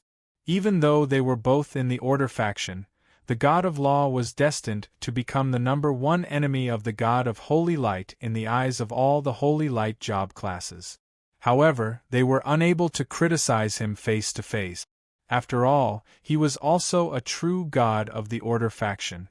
From a certain standpoint, he was in existence on the same level as the God of Holy Light, and the Holy Church was only an earthly servant and representative of the Holy Light Church in name. Although there was a lot of exaggeration in his words, it was still rude for a servant to criticize his master's companion. What does Womians mean by this? Is he going to start a civil war between the Order gods? Servants couldn't do anything to an unwelcome guest, but the master could scold the guest for his rudeness. Everyone was waiting for the God of Holy Light to respond, but there was no response. All right then, these two true gods were existences without any sense of self. They would only act according to their own logic in order to expand their own worshippers. My declaration didn't have any intention of directly criticizing them. All I said was that there might be shadows, but that doesn't represent justice. This was the truth, and the God of Holy Light's pure logic wouldn't judge it as an attack. In the God of Holy Light's way of thinking, this had nothing to do with him, so he naturally wouldn't respond.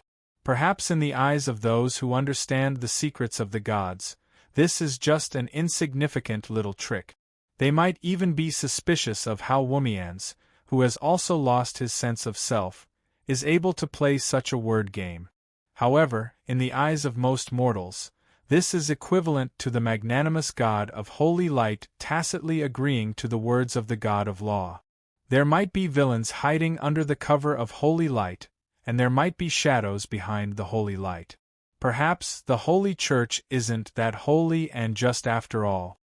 Perhaps this is what most people think, and in the eyes of the world, the God of Law and the God of Holy Light will definitely start to stand on opposite sides. At the very least, the most direct result of this declaration is that the Holy Church will probably have more thoughts about the law job classes. However, since the Holy Church intended to poach talents from the very start and even replace the Holy Light in the future, this level of hostility is within expectations. On the contrary, this kind of external hostility can even cause the law job classes to unite. As the caster of this forbidden spell, I already understand the effects of this forbidden spell. Under the effects of this divine power forbidden spell, which is on the same level as the City of Rain, the light of law will forever envelop this city. As long as someone commits a serious crime in this city that triggers the god's law, the highest level judgment spell will turn the person's entire body bright red for at least 24 hours. Then, the law enforcers who hear the news will arrive to judge the person. In the guiltless city, any tragic crime will immediately be exposed to the light of day. When a serious crime can't be avoided, it probably won't be long before the ideal of the guiltless city becomes a reality. If Sulphur Mountain City is the holy land of the law faction, then Definder is destined to become the land of miracles and rise to power for the law faction. From today onwards, the law faction and the Donglon Principality will probably be inextricably linked. At this moment, the agitated crowd was attacking the Holy Church's group. I signaled to Shueti with my eyes to stop the crowd from attacking the Holy Church. Under the gaze of our Lord Wumians, no villains can hide. Although the Holy Church has made many mistakes in the past, the people in front of us are innocent. Please let them leave. After the miracle, the status of the Church of Law, which has just become the national religion of Donglon, will rise even higher. As the highest bishop of the Church of Law, Old Cow will undoubtedly become one of the top 3 authoritative figures in this country. In such a situation, his words will naturally have an effect. Bishop Lofu, staying here will only worsen the conflict. Please leave as soon as possible. If you still want your face, please leave this city as soon as possible. If you insist on staying, please don't die in this city, so as not to increase our workload. Shueti insults the Church of Law while leading his people to help him out of his predicament. Under the Church of Law's support, the moment a gap appears in the crowd, that venerated regional bishop runs off first, not even bothering about his own guards and the priests under him. That's enough. It'll be troublesome if the bishop dies here. Based on their personality, it's entirely possible that they'll make it sound like the god of law colluded with the undead and some bishop died in the line of duty. Looking at him now, he's scared out of his wits and will probably lead his troops to leave soon. It'll be even better if the Holy Church gives up on the Northlands because of this. With their tyrannical style of doing things, it's unlikely that they'll give up completely. It seems like there'll be more to be learned in the future. The departure of the antagonist caused the crowd to cheer for their victory. When the unhappy, uninvited guest left, the horn of victory sounded again, and the triumphant marching song started playing again. Under the war flag, the knight's triumphant march begins once more, just that it's different from the silent march earlier. This time, when the ancient heroes return in triumph, the citizens also join in the march. With the guarantee of several epic heroes and the descent of the power of God, the barrier between the living and the dead is finally broken. That one-man show that was forced to hold on has come to an end. Even if there's still some worry and hesitation, there's finally a cheering crowd beside the ancient knight who is returning home. The original solemnity is nowhere to be seen. When the living join in the parade, the entire parade begins to be filled with joy and joy. The elderly try to ask the knight about the difference between their past and real history. The middle-aged try to leave their impression in front of the knight. The youngsters look at the unyielding figures of the Mist Knight with reverence and ask if it's possible for them to become one of them. As for the naughty children, they secretly crawl over to touch the ice-cold swords and show off their bravery to their companions. The Aurora Knight squadron walking at the front becomes the hardest hit. That beautiful ice armor attracts the attention of the women and children. That legendary past makes every man yearn for it. But at this moment, while they are happy in their hearts with a straight face, they still have to explain the dangers of the ice armor and warn the citizens not to touch it, especially in case of the sudden attacks of the naughty children. Most of the other knight squadron is the same. But what leaves the deepest impression is the strange way they recognize each other. The emblem on this flag, could it be that you're my ancestor? You're my younger sister's descendant? You really do look like one. Lord, if you have the time, can you come to our family? My children should be interested in hearing your story. Of course, I'll go after the parade. Everyone, look, I have descendants, I have a family, I'm not alone anymore. This kind of situation is not uncommon. After receiving a positive answer, the living will be envied by the other citizens, while the dead will be so happy that they forget themselves, proudly showing off their descendants to their companions. Of course, most of them are the descendants of their brothers. And those who don't have descendants secretly make up their minds to check on the civil affairs of this place later on to see if they have any blood-related descendants or distant relatives who have changed their names. At the very least, they can support a new family of their own. The cold exterior is a wall. The undead knight is used to using the cold exterior to isolate their inner heart. But at this moment, this wall is smashed to pieces, revealing the softest part of the knight's heart. There are quite a few who are so moved that they forget themselves. I have even seen 2 skeleton generals who laughed so hard that their lower jaw fell off. In my eyes, even a man of steel like Casimia's, when the young lady puts a flower garland on the head hanging on his waist, his flustered response and his cross-eyed look revealed his emotions and his nature as a century-old bachelor. Should I be thankful that the undead are unable to shed tears? Otherwise, judging from the stirring soul undulations of the brothers, the uncontrollable tears of gratitude would have drowned the entire square. If so, this triumphant parade might not be as beautiful. Finally, this is a triumphant return. Yes, how can it be considered a triumphant return when only the victorious warriors return? The citizens who are waiting and welcoming them are the source of the warriors' struggle.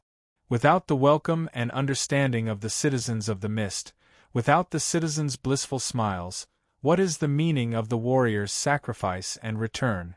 At this moment I can finally put down the heavy stone in my heart. If the new citizens are unable to accept the undead knight, what should we do? When that happens, everyone will probably feel terrible. If such a situation were to occur, I'm afraid that it would be impossible to resolve the situation. In reality, even though my words are resolute and I am the first to step through the city gates, my heart has been beating like a drum. But I know that I can't show my fear. Otherwise, those hesitant fellows would definitely desert, and it would be impossible for us to achieve our current success. Even though he is huge and ugly, the shoulders of the abomination Carlos are filled with naughty children. Perhaps the young parents hope to communicate more with this young knight who sacrificed himself at a young age. Or perhaps the citizens of the mist are using their own methods to console this unfortunate young man. Should I be thankful for the obstruction from the Holy Church? If not for their hostility, the hateful dark history wouldn't have been exposed, and we wouldn't have been able to successfully allow the undead knight to be accepted by the citizens. No, I should be thankful to the citizens of the mist. It is because I trust them that I made this bet. In any other country, it is impossible for the living to travel together with the undead. Why don't we organize a commemorative festival and have a small celebration every year to deepen our friendship? I didn't expect that in the future, the famous Ghost Festival of the Northern Lands would be born. On that day, youngsters would dress up as demons and ghosts and begin a grand ghost parade. Of course, there would often be real ghosts among them. The undead aren't viewed as evil, and this became one of the most important symbols of the Sinless City. Soon, when the news spread, countless people who were discriminated against and minorities began to consider heading to the Northern Lands to take a look. I didn't do anything evil, so why are they chasing after me relentlessly? I've had enough of these days of being a street rat. If even the undead can be accepted, perhaps a half-elf/half-beastman/demon warlock like me can be accepted by the world and live under the sun. While Roland was busy preparing for his future, some people were destined to be unlucky. A few months later, when the news from the Northern Lands reached the Ottoman Empire, the emperor, who was still energetic despite losing his capital, showed signs of fatigue for the first time. "You will regret it?" That valiant figure and those words appeared in his dream once more. That pun became the regret of a certain emperor for the rest of his life. He had already found out from the contract that the real name of the princess was Roland. Now that Roland's Valkyrie had appeared in the northern lands, if Dasos still didn't know what he had done wrong, there was no need for him to continue being the esteemed emperor. Yes, I regret it. I really regret it. Is this retribution? Is this retribution for allowing others to assassinate you? Or have I made a grave mistake from the start? Every time His Majesty was drunk alone, he would wail and shout such words. At this time, thinking that His Majesty was under too much pressure from the worsening war situation, the attendants at the side would close the door for him and call Lord Hermit and Lord Rosemary. The former was the advisor that His Majesty trusted deeply. Regardless of whether it was war or daily life, he could always make suggestions that satisfied His Majesty and put His Majesty at ease. The latter, on the other hand, was a super beauty that could make people dizzy. Being considerate, she could relieve His Majesty's stress and emotions with just a few words. But this time, it seemed that Lord Hermit was busy with the war, so only Rosemary came. His Majesty Dasos? Why are you drinking so much again? Rosemary? Come, drink with me. Yes, Your Majesty. It's better to drink less. Alcohol is bad for your health. Hee, I didn't expect that you would be so worried about me when she sent you here. Come, let's have a chat. As expected, after a few words, the heartbroken Dasos's mood improved a lot. Rosemary, you are really a roundworm in my stomach. Military, politics, economics, business, you really know everything. The peerless beauty smiled and didn't reply. On the other side of the continent, at the phylactery with pink bones, countless information and secrets directly entered someone's pocket. The war in the Ottoman Empire has reached a stalemate? The three elemental gods are making a comeback at the same time? The beast men in the north are getting restless? Looks like I have to make early preparations. Chapter 132. Ding. Congratulations to the host for building a new class advancement facility. Avalanche Defender class advancement unlocked. Aurora Knight class advancement unlocked. Eternal Wind Knight class advancement unlocked. Host, please toss a commoner into the facility. After 2 minutes, a powerful warrior will jump out. Do you think I would say that? Stop dreaming. This is the real world. There is no such thing as a messy class change system that is neither scientific nor magical. You want a powerful warrior? Fine, I'll train and nurture them myself. You want to send troops just by building a barracks? The interstellar war next door is calling for you. Alright then, as expected, it wouldn't be so easy to have a powerful troop type. However, the system that was neither scientific nor magical actually retorted that I was unscientific. As expected, it was just as annoying as always. This was already the third day of the Day of Return celebration. However, not only did Definder's celebrations not stop, the celebrations had already expanded to include the entire country. Since that's the case, we might as well hold a nationwide celebration and pardon the world. Food will be provided by the National Treasury. Let the people who have been oppressed for a long time enjoy themselves. This was the judgment that I had made. Although it was obvious that I was trying to win over the hearts of the people, in this time of storm, it was indeed effective in calming the hearts of the people. The celebration was nothing more than food, wine, music, artistic performances, and all kinds of special activities. The square outside the window was filled with endless singing and dancing, and the sound of drums and music shook the heavens. But inside the palace, it had already returned to the busy daily routine. According to your plan, the Day of Homecoming celebration will last for 5 days, and the food for the celebration will be provided to the other towns. This will use up at least 2 months of rations, and the food supply that we've worked so hard to obtain will have a shortfall in advance. Although there were some kind-hearted people who sponsored them this time, and they earned quite a lot, the expected lack of resources was still a hidden danger. If it wasn't you, I would have stopped the proposal at all costs, and then found a reason to throw the proposer to the border as a coolie. The words of Kelly, the head female official of the royal palace, echoed the common thoughts of the government officials. They, who are used to living a hard life, could not help but wish that they could split a single copper coin and spend it on 2 separate days. How could they tolerate such extravagance and waste? If it wasn't for me suppressing them, I'm afraid that this celebration wouldn't even have been held. Everyone has worked hard, but it's worth it. On one hand, it was to reward the people. Although the harvest season was still dismal, it was not their fault. After a year of hard work, it was time for them to rest for a few days. On the other hand, we have to give the people a new impression that, from today onwards, everything will be different. With this as a node, a lot of work will become easier in the future. Morale? Popularity? The will of the people? This seemingly illusory thing will, in a sense, play a crucial and positive role. At the very least, it will fill the stomachs of the people and give them hope for a better future. This is the only thing we can do now. Of course, to truly change this country, he had to do it step by step. I made a whimsical request to the system, and as expected, I received an answer that was even more whimsical than I expected. Every single warrior required several years or even more than a dozen years of training. You want to send out soldiers just by throwing resources into a barracks? It would be great if this could be done in real life. Then, the 2 most important things right now are still those 2. One is the rebuilding of the main army, and the second is the problem of food. Even though the sparrow was small, it had all the essentials. There were at least 30 officials present for this emergency internal affairs meeting, and from what I had just interacted with, there were quite a few talents among them.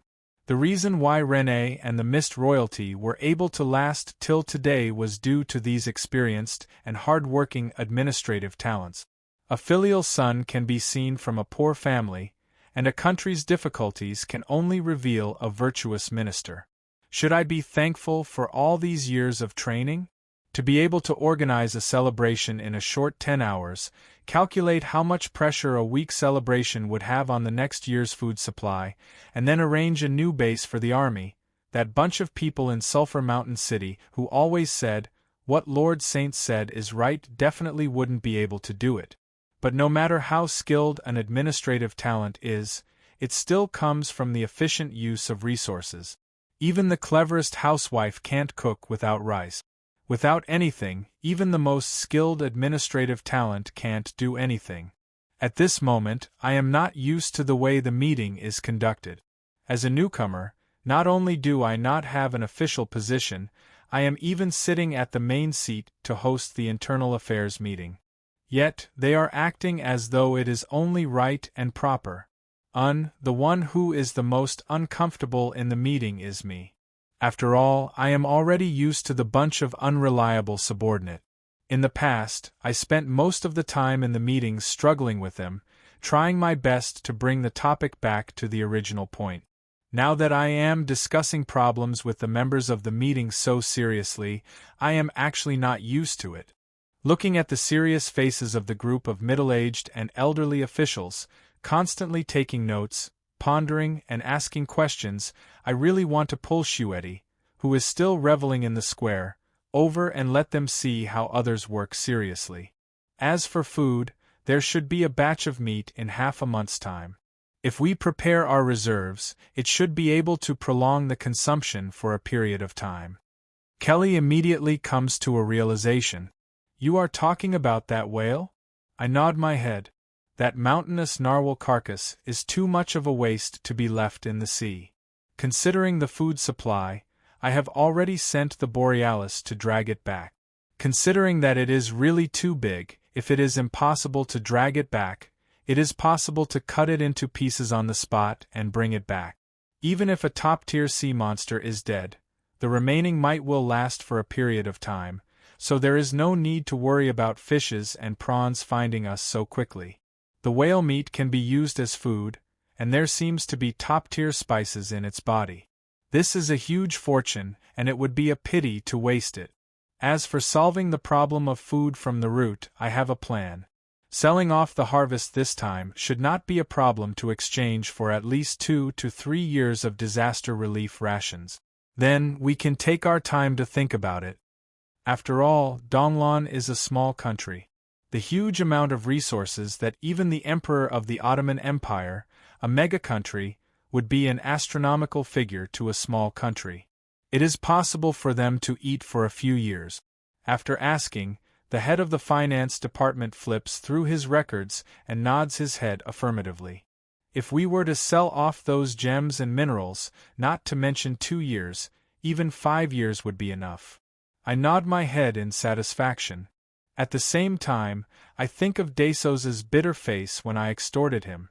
Also, I heard from Rosemary that she has already entered the core of the Ottoman Empire. Perhaps there will be opportunities for me to play some tricks in the future. From a maid with a suspicious identity to the upper echelons of power, she even said that she might be able to step into an even higher position. I really wonder how she did it, although she is still unwilling to tell me the reason why she ascended to the top in a single step. I don't think that she would lie.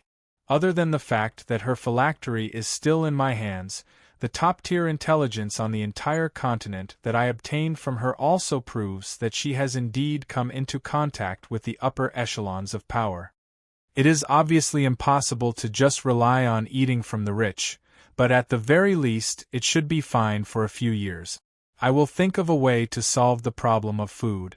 Now then, let's talk about the proposal, expanding the army.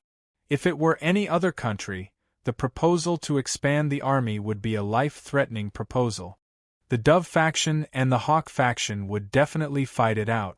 Unless the Emperor exerts pressure on them, it would be a dream to not drag on for 3 to 5 years, or even 10 to 20 years.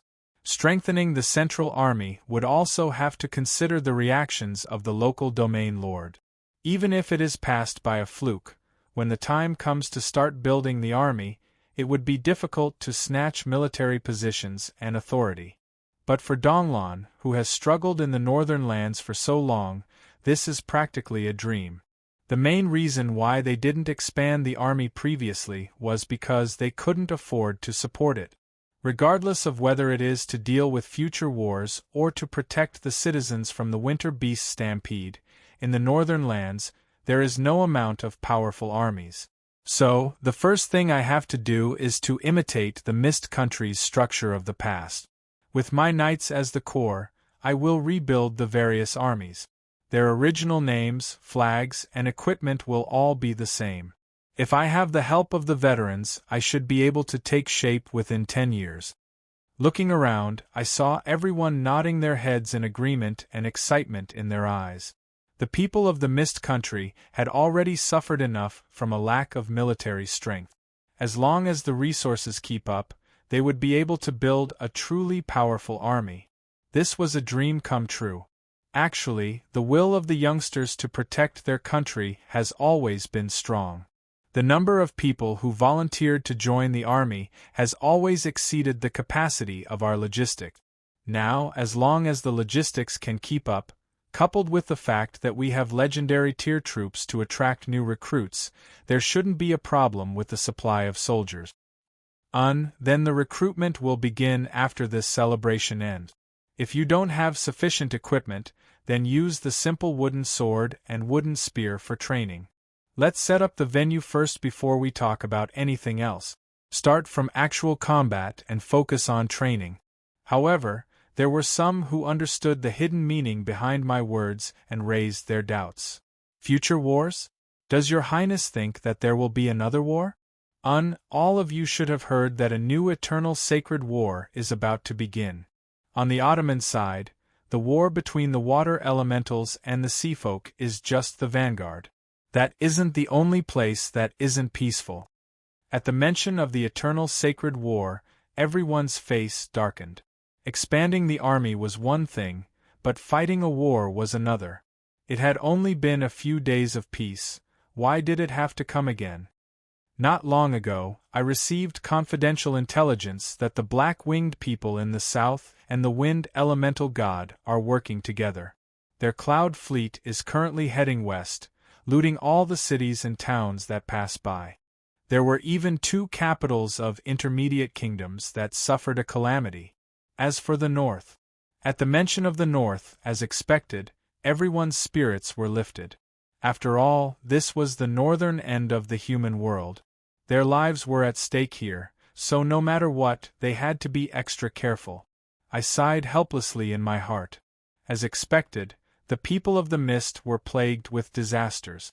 A year ago, they had just defeated the Beastman tribes, and after a few days of peace, trouble came again. In the north, there seems to be a tribe that has received the support of the earth elemental god and has suddenly become stronger. That fellow has proclaimed himself as the Khan of the Beastmen. They should be swallowing each other through internal strife. Going by tradition, it is only a matter of time before the main army invades the south. That is impossible. Ah, Your Highness, I am not saying that you are lying, but this is a devastating disaster. Your Highness, are you sure about your source of information? Your Highness, which Beastman tribe is it? Is it the Highland Beastmen or the Plains Beastmen? Have the other northern countries received the news? As expected, the moment this heavy bomb was dropped, the entire conference room became noisy. The Beastmen of the north were divided into two regions. The Highland Beastmen were distributed along the Orizon mountain range. The terrain there was complicated, and more than 70% of the Beastmen lived there. On the other hand, the Hullen Plains had a smaller number of Beastmen, but they were densely packed, so the threat they posed was greater. If it was the Beastmen tribes from the Highlands, there would at least be a few countries acting as a barrier. However, if it was the Plains Beastmen, there was a border between Donglon and them. Due to historical reasons, that border of several dozen kilometers had never been peaceful. Of course, this was still considered good. If it was the border of the Mist Country in the past, the two sides would be directly connected to each other, and the pressure would be even greater. In the past 200 years, the Highland Kingdom of Suyao, which had the bloodline of the barbarians, rose to power.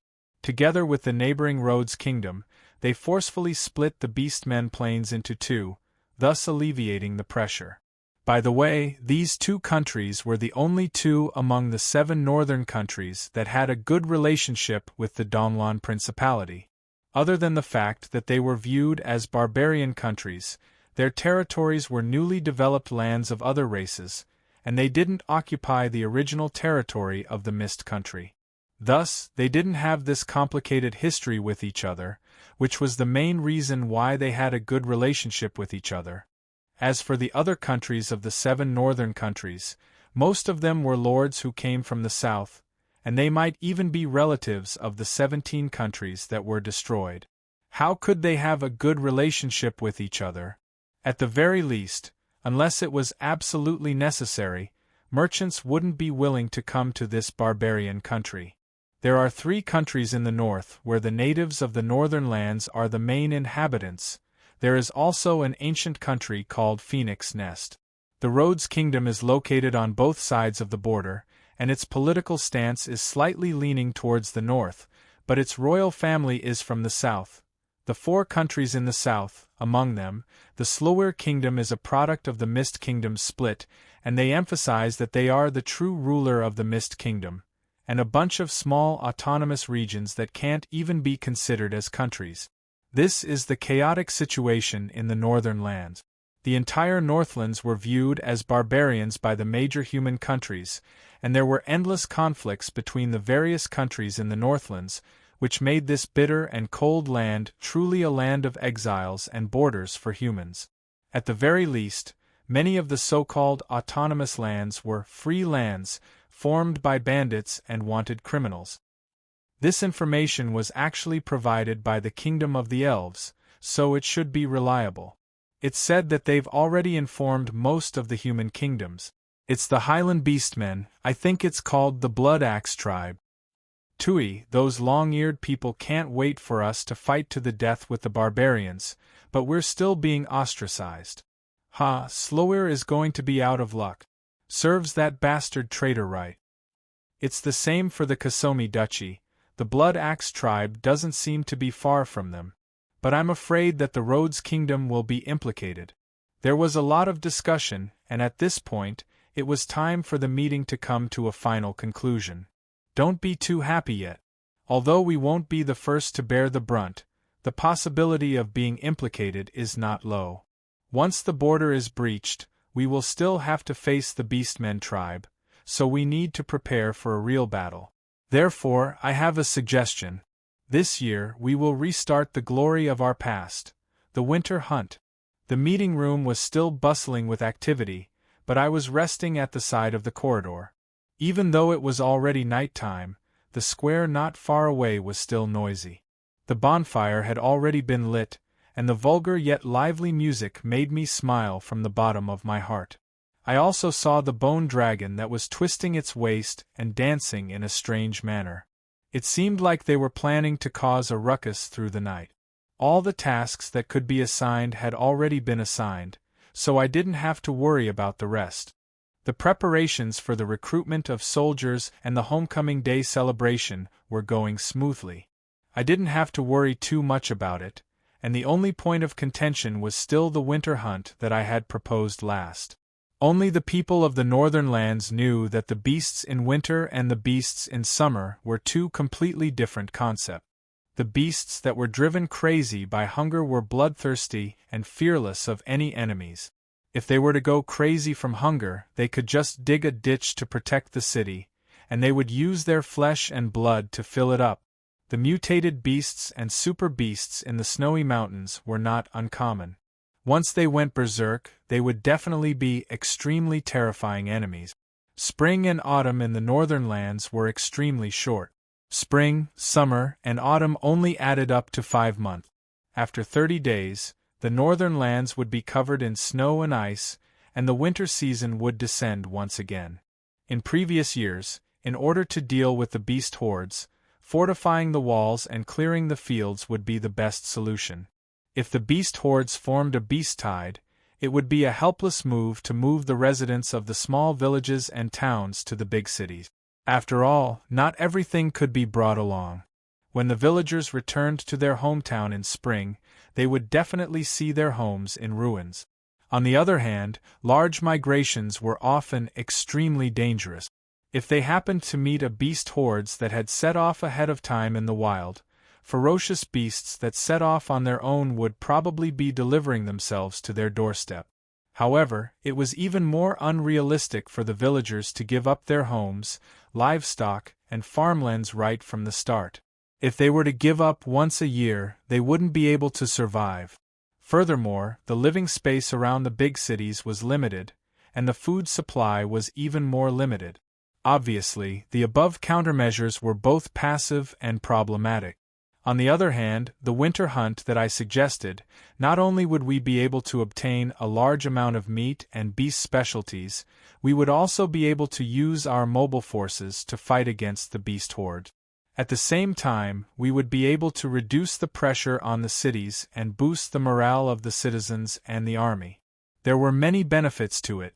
Of course, everyone knew of these benefits, but the reason why they hadn't implemented it all this while was because of the fundamental problem of strength. Using fortifications in the cities to deal with the beast hordes that could only fight a war of attrition, and using them to deal with the bloodthirsty and cunning beast hordes in the wild, were two completely different concepts. The reason why my suggestion was rejected by everyone was due to their lack of understanding and confidence in the military strength of the country. How can we be considered a strong army without going through the trials of battle? No matter what, the frenzied beastmen would be easier to deal with than the brainless beast hordes. Even if we are worried about those young lads, the new soldiers would be able to grow swiftly with the guidance of the veterans. An army that has never seen blood, no matter how well equipped they are, can only be considered as security guards. I didn't argue with them. After all, words were useless. In the end, it would still depend on strength to convince them. In any case, the army was already in my hands, so I should just prepare for it. Right, my current identity was rather awkward. After all, I was the prince of the Mist Country. Even though the royal family of this country claimed to be my descendant and had received the recognition of the world, from a legal perspective, I should be considered as a member of the royal family.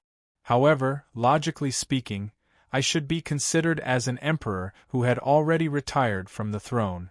However, I had never been an emperor, and I wasn't dead either. How did I become an emperor just like that? This relationship was so messed up that even the most formidable heraldry expert, the study of noble bloodlines and family emblems, wouldn't be able to sort out this mess. As for the military power that I currently held, it was under the identity of Princess Renee's guardian knight. That's right, guardian knight and not a knight of military merit. After all, not too long ago, in order to use the Roland's sacred sword to prove my identity, I could only ask Renee to help me confer the title of knight in name only. In the end, she conferred me the title of guardian knight right at the city gates of Definder. We're about to enter the city, so how can we have the time to look for the Senate to confirm your noble title and territory? In any case, there are many precedents of older brothers and fathers serving as the guardian knight of a single princess. Big Brother Roland is just like my big brother, so you can just make do with the title of guardian knight. As she said this, Renee's face flushed red. It was apparent that she was a little embarrassed. However, the identity of guardian knight was indeed very convenient. Using the identity of Renee's representative to deal with matters, it also avoided a lot of awkwardness. At that time, I felt that this was a good idea and even praised Renee a few words. Her adaptability isn't bad, and this lass is quite quick-witted. That's more like my descendant. Even though I was praising her from the bottom of my heart, for some reason, the moment I said these words, Kelly and Renee's faces darkened. There were even people from the undead army behind us who laughed out loud. Alright, back to the main topic. At the very least, this identity of Renee's representative gave me, who didn't have an official position, some confidence when I called for an administrative meeting.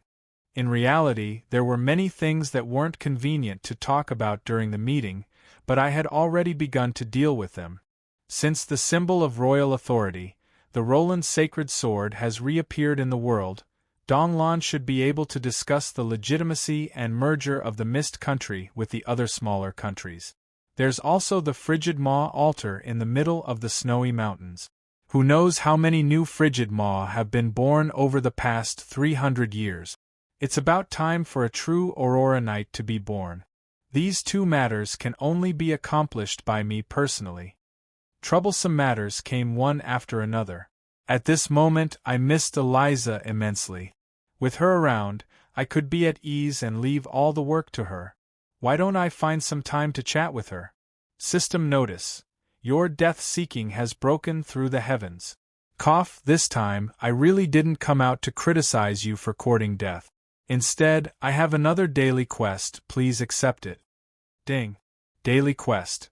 Today's unlucky fellow, please punish at least 3 villains who have committed evil deeds. Depending on the identity of the person being punished, you will be rewarded with 1 to 100 fate points. There is no upper limit. However, if you fail, 1,000 fate points will be deducted. You don't need to do daily quests just because you have so many fate points recently that you aren't afraid of deducting it. If you still fail this daily quest, 10,000 fate points will be deducted the next time. Looking at this daily quest, I was momentarily stunned. Doing evil doesn't necessarily mean that it's illegal. If it's illegal, it's more likely that it's evil. In the past, it would be easy to find any villains to punish. I just have to find a criminal in the prison. However, due to the Homecoming Day celebration, the amnesty order was just passed down. Where am I supposed to find a criminal? If I were to directly go and find a criminal right now, the gods' notice in the Sinless Land would seem to be right beside my ears. Even the most deranged villains would fear the might of the gods and restrain themselves for a period of time. Looks like I can only admit that I'm unlucky. The darn system must be pissed at me and wants to mess with me. 1,000 fate points it is, but I really need to be careful of the 10,000 fate points tomorrow. The scene in front of me caused me to spit out my tea. I rubbed my eyes and wondered if I was hallucinating. It was a group of men running. Among them, there were quite a few familiar figures. The one leading them was that tall and mighty Minotaur. Returning to nature and walking with the wind, this is the true nature of us Minotaurs. My real name isn't important. Please call me the Son of Wind. Come, my friends, please join us in this beautiful run of riding the wind. As I expected, there were quite a few guards chasing behind this group of bastards. Other than wooden sticks, they were also brandishing messy clothes and pants. Lord, at least wear your underwear. Underwear, underwear. The shouts of the city guards echoed in the street. My face immediately turned green. Son of Wind, your head. Is it because this is the underground world? How many Minotaurs are there in the entire Defender? Isn't it obvious from the start? The Supreme Judge is leading the team to run naked. How are the judges of the Church of Law going to conduct themselves tomorrow? I thought that you would be able to hold it in for a few days. You can't take it anymore? My family is unlucky. Thus, I picked up the Silver Avenger without hesitation. I get it now. So the system isn't pissed at me, but at that stupid Minotaur. Fine, I'll clean up my family today. Ding. You guessed it right, but there's no reward. The system continued to prompt. Think about it, why does the quest require at least 3 people? Yes, due to the miracle of the Sinless City, those local criminals will have to restrain themselves for a period of time. However, have you forgotten that there is still a group of weirdos who are experts in guessing the boundaries of the law?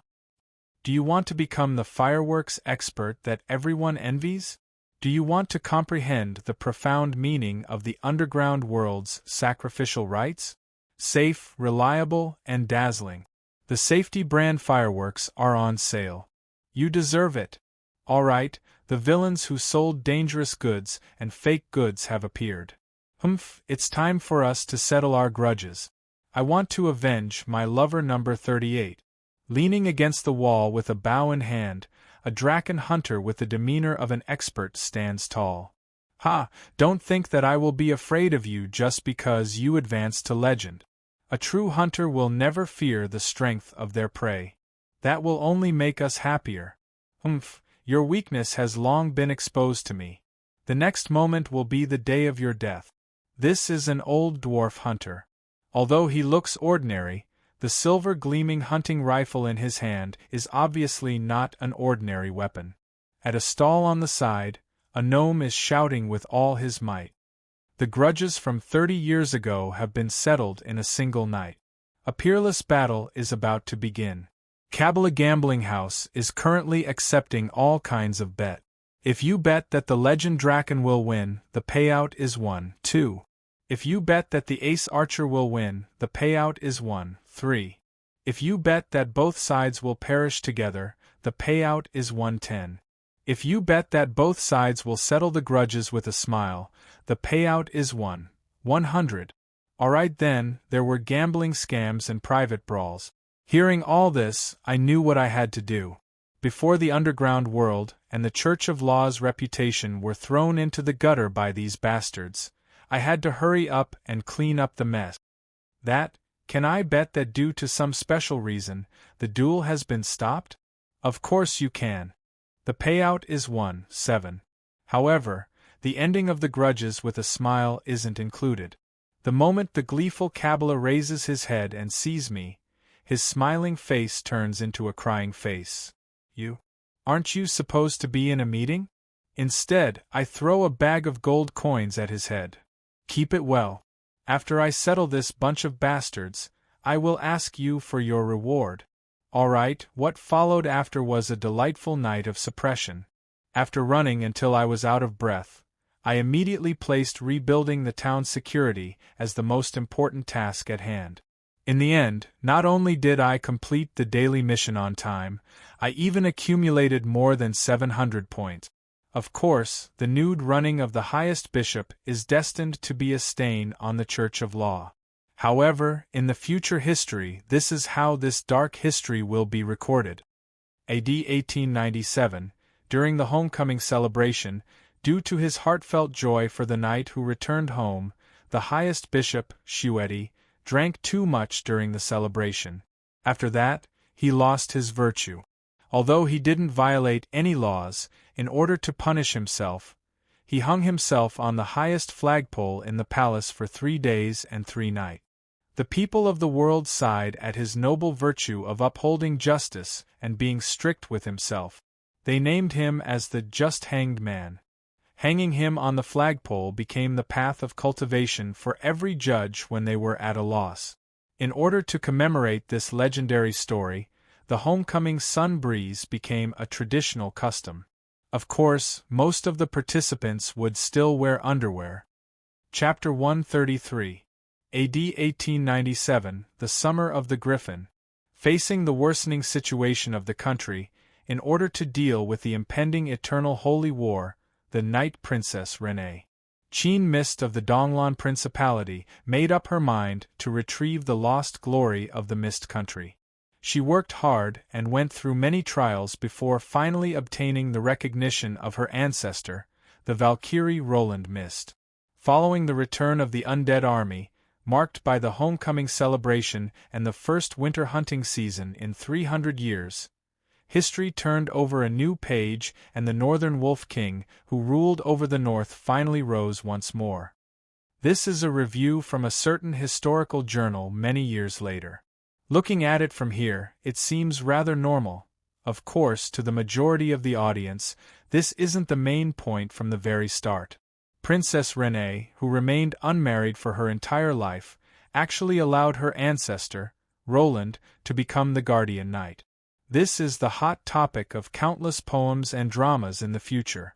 Although there aren't any detailed historical records left behind, considering the chaotic family relationships of the Northlanders and the fact that Princess Renee remained unmarried for her entire life, we can guess that there is some truth to this creation.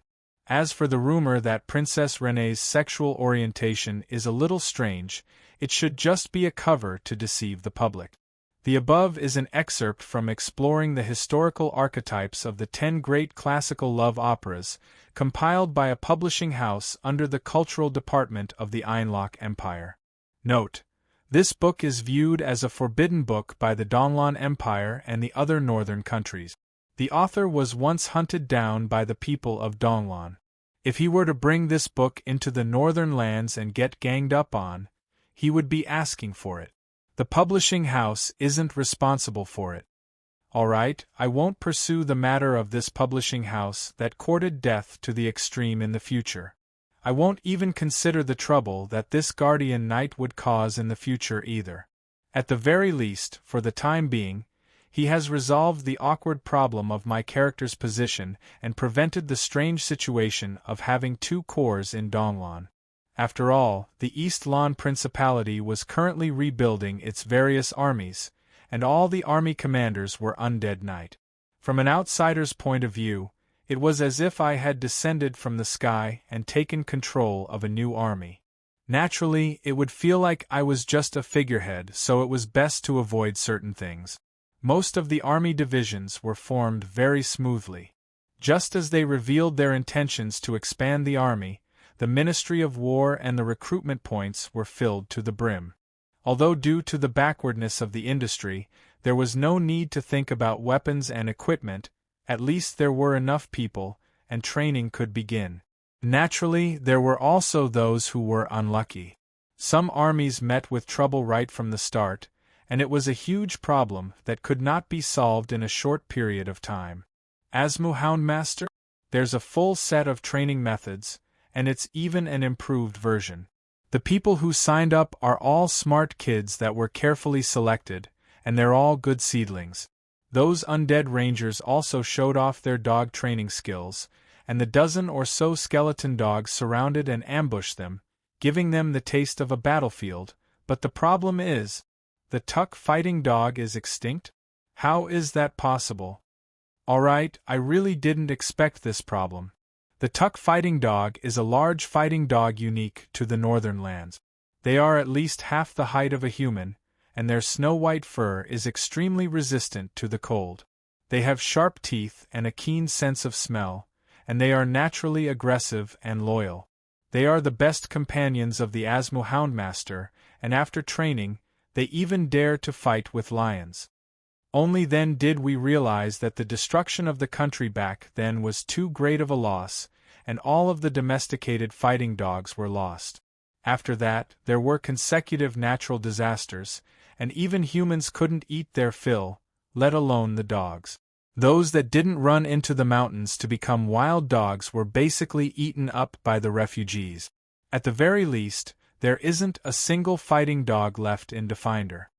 After hesitating for a moment, I finally asked, "Since the fighting dogs are extinct, why don't we try changing into an Asmo Houndmaster? The northern lands might not have much, but there are definitely plenty of wolves. It seems that the winter wolves are quite strong as well. They seem to be of the canine family, so there shouldn't be much of a difference." All right, the moment these words came out of my mouth, the undead rangers looked at me as though I was an alien. "Your Highness, wolves and dogs are fundamentally different species, and the wild nature of wolves is hard to tame. Furthermore, winter wolves are magic beasts, so no matter how you look at it, they are completely different from ordinary wolves." My lips moved a little, but I didn't say anything. Should I go and talk to them about Darwin's theory of evolution? Furthermore, who knows how the dogs and wolves in the other world evolved? They might really be a different species, and it would be even more embarrassing if I were to get it wrong. Crossing species is indeed a difficult problem, but, speaking of this, when I mentioned crossing species, I suddenly thought of a certain person. The reason why you still like humans is because you haven't met a life that you truly love. Species?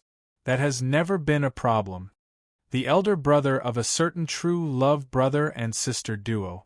Thus, I tried to bring up this topic. Even if it sounds inconceivable, we can still give it a try. You guys should go and look for the hunter named Bayfong. Herald. He is the legendary human who, Prisoner Bayfong, Crime Bayfong, Judgment Bayfong. No, don't look at me like that. I haven't given up on my treatment, and I didn't take any medicine today either. Trust me, you guys should go and look for him first to give it a try. The rangers left doubtfully. I was secretly glad that I managed to fool them, and I forgot about the matter. I didn't expect that after 2 months, the rangers would rush into my office and tell me a piece of shocking good news. What, that fellow actually succeeded in taming a winter wolf? Herald Polar Wolf Tamer? What does this name count for? Right, how did he succeed? Why is everyone silent?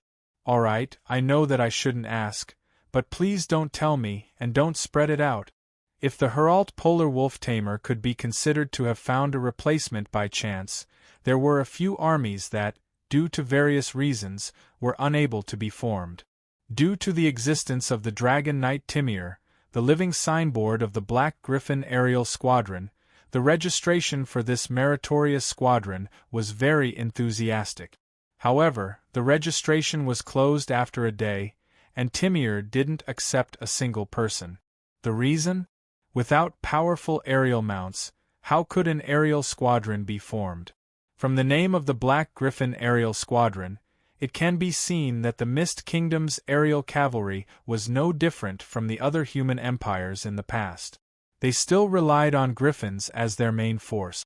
However, the current Donglan couldn't afford to rear expensive griffins. Furthermore, with the outbreak of the Holy War, it was clear that it was difficult to purchase such military supplies. Seeing that his brothers had already formed an army while he was still a lone commander, how could Timir not be anxious? The suggestion to transfer the Aurora Knight and the high-tier Headless Knight into the aerial squadron is rejected. Timir, don't look so bitter. I will get Bastion to capture a bunch of manticores and send them over. They are much stronger than griffins. What? That's 2 different matters? Manticores are impossible to tame? Believe me, you might need a Bayfong. What? Group tactics can only be used in a group of griffins? Alright, if you insist on griffins, I remember that Little Red is rearing a flock of them. It is possible to borrow a few dozen of them. However, if it is 100 of them, even if she is willing to give them to us, we won't be able to afford it. Just like how the energy consumption of a mechanical flying unit is 100 times that of a chariot, in order to break free from the shackles of gravity, a large amount of energy must be expended. In the end, flying units are generally huge energy consumers. This is the case for machines, magic creatures, and even living birds of prey. The humans' griffins and giant eagles are considered good, but they still require a large amount of meat for every meal. A meal of 400 to 500 griffins is roughly enough to feed 10,000 people. Even the head of finance and logistics would faint if he were to do so. However, if the griffins aren't in a flock, they wouldn't be of much use. Alright, at most 30 of them. They can only be used as scouts. We really can't afford to rear any more of them. So be it. At least it is better than a lone commander. After Timir sighed and left, a new problem came. This time, the ones who came were Fanderk and Lonnie. They were once outstanding users of holy light. After being converted into undead creatures, the two of them became outstanding Death Knight. However, the army that they formed met with an even bigger problem. Originally, their Dawn Hammer army was a Holy Light army with Holy Knight and Battle Priests as the core. However, not to mention Donglan's dissatisfaction with the Holy Church, this would definitely slow down the progress of the recruitment process. Furthermore, the fact that the leader and vice leader were unable to use Holy Light was the biggest problem. A Death Knight who was unable to use Holy Light was teaching Holy Light and Holy Knight battle technique. This was a completely embarrassing situation. Furthermore, if an undead were to stay among a large group of Holy Light users, it was possible that they would be purified by the Holy Light for no reason one day. This was something that they had to guard against. Why don't we try forming a Black Warrior or Black Knight army? Or perhaps we should form a Death Knight army and teach those kids the battle techniques of Death Knight in advance. In the end, the fallen Holy Knight army and Death Knight army fell through. After all, the requirements for a job were too ridiculous. There was not a single living knight who would take the initiative to change into a Death Knight. As for the Eternal Wind Knight army, Slants, who was in the midst of forming a Light Knight army, the content of our discussion could be roughly described with 11 words. Money? Horses? Equipment? No money. No horses. No equipment. A knight was a money-burning job, and a knight army was even more so. How strong the logistics of a country was in order to support a strong knight army. Hearing my reply, the cool Slants turned around and left. Perhaps he knew from the start that he wouldn't be able to get it. However, how could he be satisfied if he didn't try? Initially, I thought that it would be easy to recruit soldiers to form a new army. However, when I really sat in this position, a myriad of miscellaneous matters came crashing down on me. Only then did I realize that I was too naive. I could still think of ways to overcome the flaws in the front, but there were some areas where I was at a dead end. Among them, the most difficult one was that Donglan's industrial standards were lagging behind this era. This lag was in all aspects. Smithing, iron, mining, engineering, alchemy, all of them were still at the level of 100 to 200 years ago. Even if there were wise rulers who tried to work hard in this area, putting aside the hostility and blockade of the mainstream human society, even if others were willing to sell, Donglan wouldn't be able to afford it. The old smithing furnaces were still the models from 2 centuries ago. All of the alchemy and engineering shops were selling low-end standardized product. After losing the last rich mining area 20 years ago, the mining industry declined rapidly. Now, it was as if there was nothing left. In this world, if one wanted to forge a good sword, they would first need a miner to gather a sufficient amount of iron ore. Then, the iron ore would be processed into steel ingots and iron ingots before being handed over to a blacksmith to forge. If one came across a high-quality sword, they would even hire an enchanter or alchemist to carve magic runes and enchant them. With Donglan's current industrial standards, not to mention analyzing the new weapons obtained from the Ottoman Empire. It would be difficult for them to even repair the damaged equipment in the armory, not to mention providing the new army with quality equipment. Even a low-quality iron sword required countless processes, not to mention the superior equipment of the Ace Knight Order. Donlon fell into a strange situation where they had blueprints but no craftsmen, technology but no equipment, templates but no raw materials. This was the difference between them.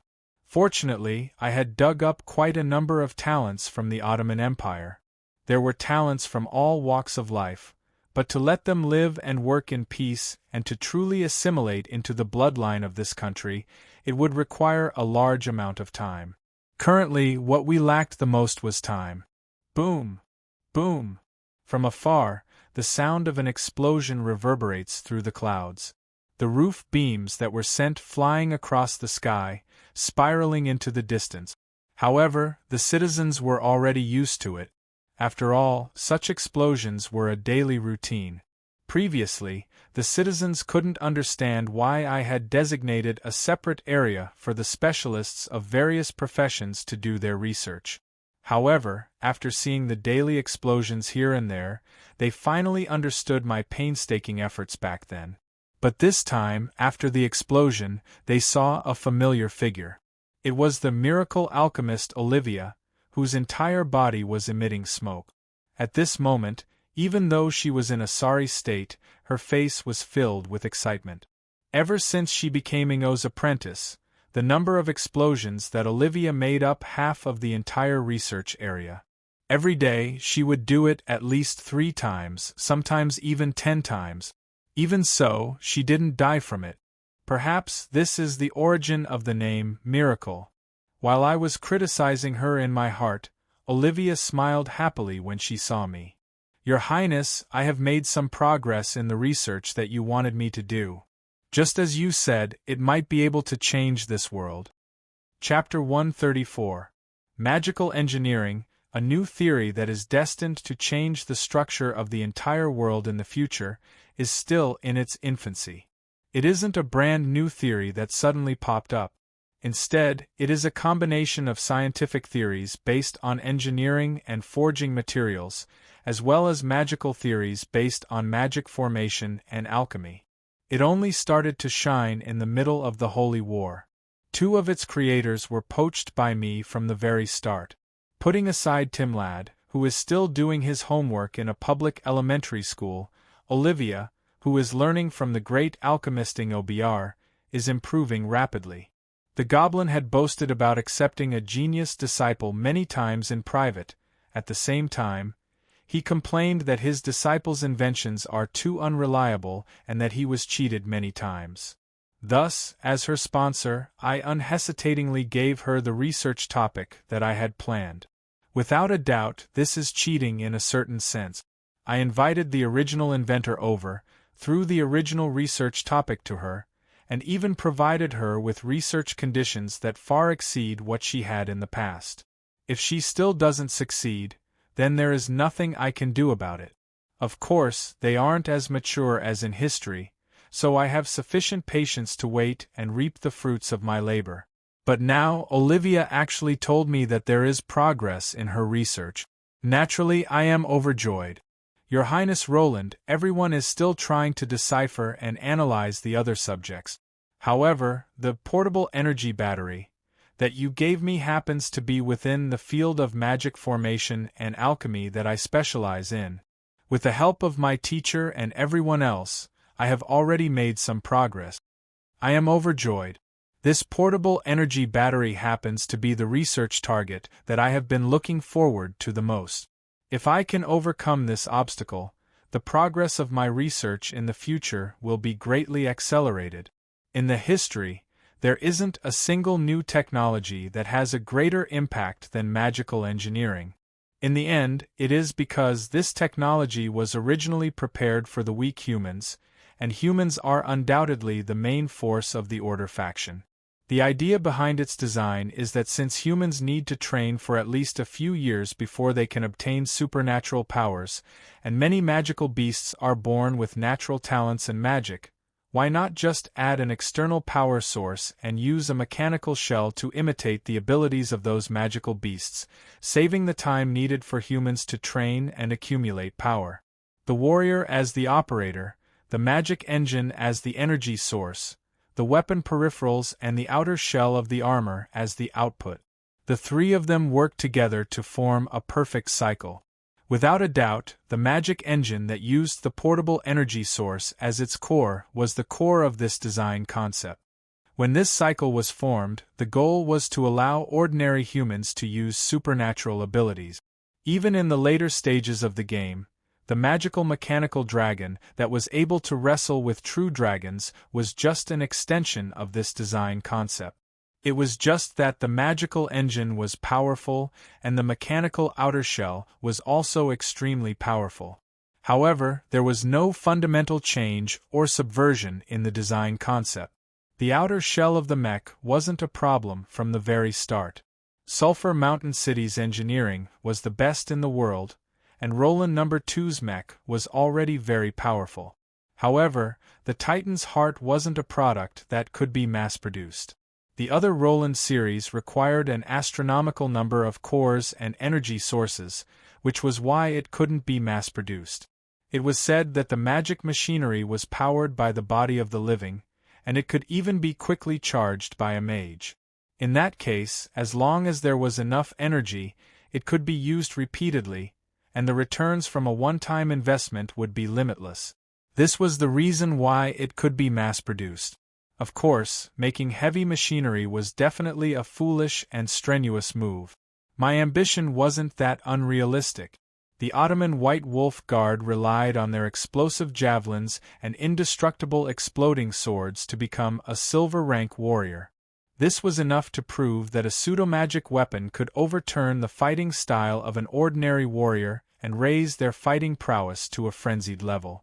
Even though I had a large batch of White Wolf Guard equipment in my hands, analyzing it wasn't something that could be done in a short period of time.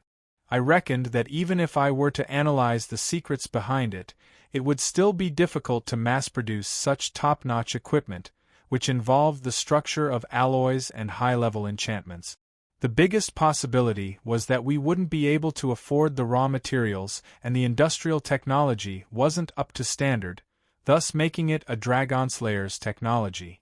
However, if every single one of my warriors were to have a magic sword that didn't have many requirements to use, just the most basic elemental enchantment and cannons would be able to completely change the positioning of a warrior on the battlefield.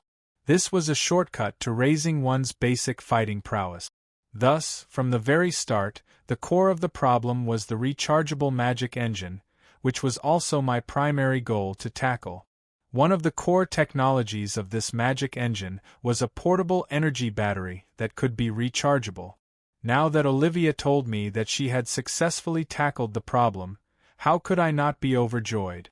Initially, I thought that it would take me 3 years to tackle the problem. However, it has only been 3 months since the Ottoman era, and I have already gotten results. No matter how I look at it, I can't believe it. Perhaps it was because my gaze was too intense that she felt embarrassed under my gaze. Olivia lowered her head and muttered, "Lord, I didn't come up with it alone. Teacher Br, Ingo, and Lord Kakana helped me a lot. Or rather, it should be said that it was done by our group." Tyrant Plague Lich Kakana? I was stunned for a moment before coming to a realization.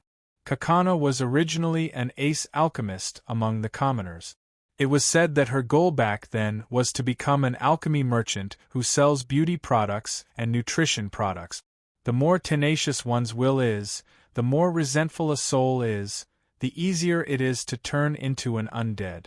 Even though she didn't manage to fulfill her long-cherished wish, she was still unwilling to reveal what her long-cherished wish was. She responded to my call and became a member of the newly born Red Hunting Hounds. Alchemist and saint are occupations that rely on accumulating knowledge. They are famous for their slow advancement. Time and experience are the greatest bottlenecks for their growth. Initially, Kakana, who wasn't adept at fighting, was just a little sister whom everyone carefully protected. However, towards the end, she became one of the most fearsome existences in the army. Alchemist is a job where the more knowledge one has, the stronger they become. The longer they live, the more fearsome they become. As long as they have enough time, there are no dangerous experiments that they can't do, no strange ideas that they can't try, no poisons that they can't concoct. After 300 years of accumulation, the potions that she concocted are ones that the living wouldn't dare to drink, even the undead wouldn't dare to drink. She grew from a skeleton mage to a lich. As for how strong she is now, I don't know. After all, I didn't have the chance to let her go all out. Liches are existences that are at least legend rank. Her title of Tyrant Plague also shows how the world views her. The number of lives that have died in the plagues that she created is uncountable. Furthermore, she has 3 apprentices and one of them is a lich. To the human kingdoms that treat gold rank alchemists as national treasures, an alchemist of legend rank and above is a rare treasure. 2 legend rank and 2 gold rank alchemists to form a research team is an unparalleled treasure. It is because they are too capable and the direction of their research is the most lethal poison, plague, etc. That's why I have been suppressing them, not giving them the chance to display their talent. Otherwise, if they were to really create a few destructive super plagues, even the gods would gather together to deal with us. The Explosion Alchemistingo. Br of Goblin Alchemy, the Miracle Alchemist Olivia of Human Alchemy, the Tyrant Plague Kakana of Undead Alchemy and her research team. Unintentionally or unintentionally, the Alchemy Research Department in Donglon has gathered a top-notch research team that could put even a superpower to shame. No, the reason why we could succeed this time is due to luck. It is all thanks to Olivia's ingenious ideas. A faint green soulfire burned fiercely within the skeleton. Underneath the white robe were dried bones filled with mana. Just the existence of this skeleton would strike fear into the hearts of the living. If it weren't for the slightly high-pitched mana-synthesized voice, no one would have thought that this was actually a female. However, from the looks of it, she seems to be a little unused to the doctor's coat. As she walks, she would subconsciously tug at the fabric of her chest and sleeves. It is also my suggestion to get the undead to wear the clothes of ordinary humans. Of course, it isn't because I have a unique interest in looking at the skeleton uniform show or the zombie bunny girl. Rather, it is because the tattered and dull style of the undead is one of the reasons why the living would stay away from them. Now that they are changed, even though they aren't used to it, at the very least, it looks much more comfortable to the onlookers. I didn't expect that the product of my accidental failed experiment would come in handy. It was originally used to make ice in my family's storage room. At this moment, a few knight who rushed over after hearing the news rushes over. They skillfully flip over the debris of the wooden house and pull out the half-cooked goblin. As for the goblin who has been waiting in the ruins for a long time, he takes out 2 bottles of medicine and gulps it down. The burns on his body heal at a speed visible to the naked eye. After seeing me, he runs over energetically with a smile on his face. Old friend, big fat sheep. Oh no, respected big sponsor, we have completed your order. It's time to talk about the remuneration. This goblin seems to feel that as long as there is money to be made, he can be even more zombie-like than a zombie. I am stunned by his actions, but the others have a look of satisfaction on their faces. This cycle of explosion, quick treatment, next explosion, has become a daily routine for them. In fact, for the convenience of rebuilding and saving lives, their temporary laboratory is a simple wooden house. As I listened to their reports, I quickly figured out the reason why they were able to break through so quickly. That is to say, the original magic formation for the portable energy source was discovered by Olivia a long time ago. It's just that now that she was given this research topic, she suddenly remembered it? Yes, that is something I obtained by chance when I first started learning alchemy. It is a magic formation that allows energy to circulate and circulate. It can be used to cool down the basement for a long period of time. Using that as the blueprint, we developed a miniature energy source that can store energy for a long period of time. Originally, we used a military radar to develop a microwave oven. Due to the carelessness of the experimenter, penicillin appeared. While changing experimental equipment, we accidentally discovered X-rays, and an apple falling from a tree created gravity. In another world, facts have proven the importance of coincidence and luck in scientific inventions. I didn't expect that the alchemy research in this world would be the same. Perhaps, from the very start, Olivia was the only one who held the key to opening the treasure vault. I directly asked the original inventor to invent the energy source, and the result was that I successfully recreated this coincidence. That is a flowing liquid magic formation. It is a three-dimensional structure with 16 layers. However, its total size is only about the size of an egg. It should be able to meet your requirements. Just by looking at its outer appearance, it looks like a sparkling and translucent crystal. A faint red liquid is slowly flowing within it. However, when I touch the surface, I can feel the vigorous magic power beneath the calm surface, as if it is alive and kicking. Well done, I will double the remuneration I promised. The next research goal is to equip individual weapons with energy sources and make them practical. It seems that very soon, we will have several new and powerful troop types. According to others, I had been wearing a strange smile that afternoon. I would smile when I met them, shake hands with them, and return their greetings with a smile. This scared quite a few people. However, I did have a reason to be happy. Other than the profits that this Olivia's Magic Box, I personally named it, but I rejected the name Olivia's Love Egg, would bring, this technological breakthrough also ensured that a large portion of the wealth that the magical machinery revolution would bring in was already in my hands. When the time comes, all the countries will come knocking on my door to buy it. According to my plan, I will definitely sell it, but how to sell it is a big problem. It is a must to extort a large sum of money from them. Perhaps it might even help Donglan break the ice in diplomatic relations. This diplomatic thinking of making enemies everywhere is too foolish. Even if you want to cut them down with a knife, you should at least pretend to be friendly on the surface. That way, stabbing them in the back will be the most effective. During that period of time, I was constantly thinking about how to extort money from them in the future. Naturally, I had a strange smile on my face. The only thing that caused my smile to crumble was that I received 2 pieces of news in a row. The first one was within my expectations. Due to the Earth Elemental God's restlessness among the Beastmen, the territories of the Beastmen were already filled with spies sent by the various countries. Furthermore, Rosemary's news came just in time. This winter, the internal conflict among the Beastmen will end. The cold winter isn't suitable for the Beastman army, who lacks food and clothing, to attack the south. However, I'm afraid that the moment the winter thaws next year, the Beastmen will descend from the mountains. When I received this news, I sighed. What would come would eventually come.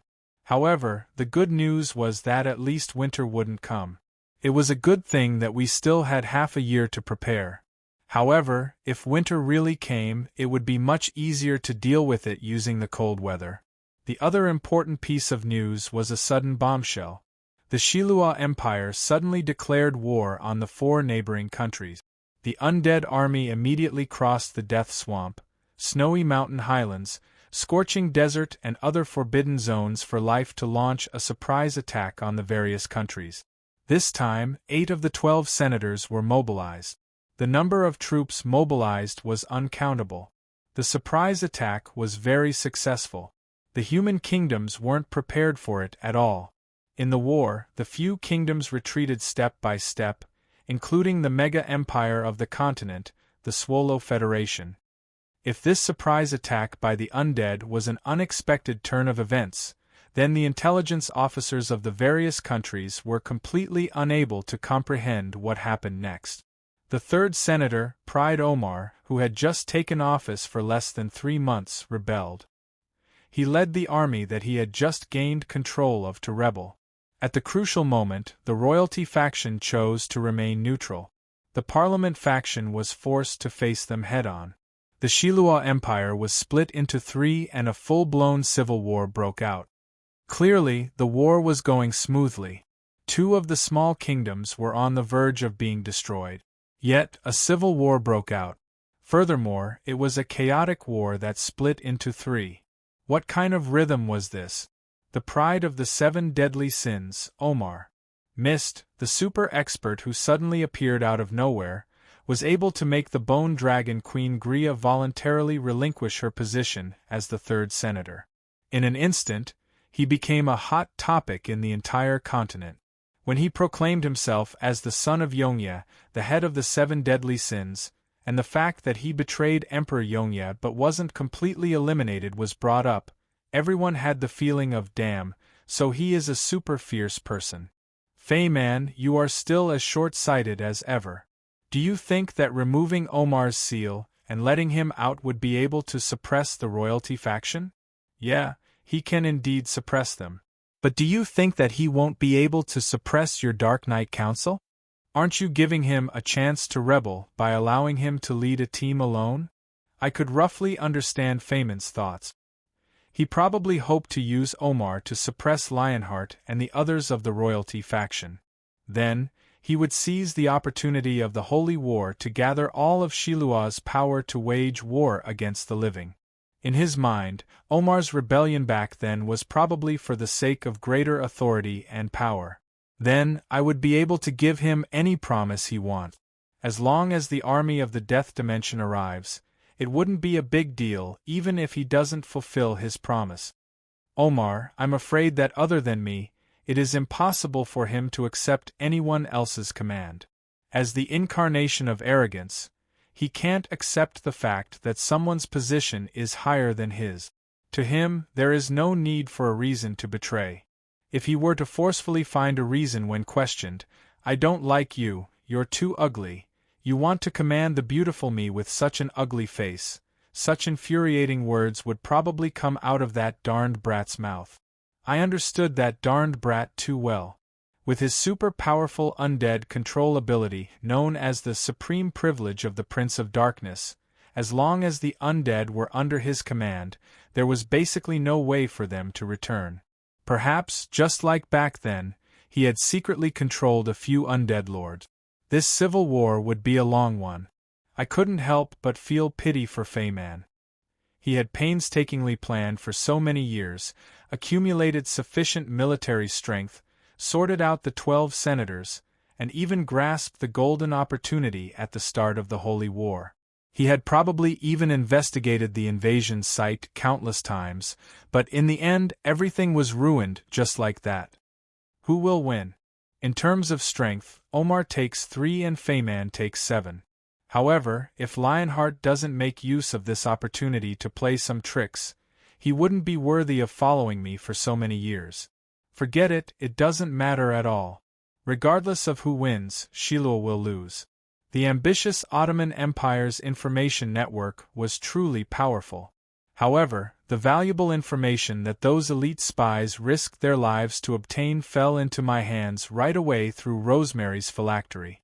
The situation was vastly different from one another, but the only similarity was that it wasn't peaceful.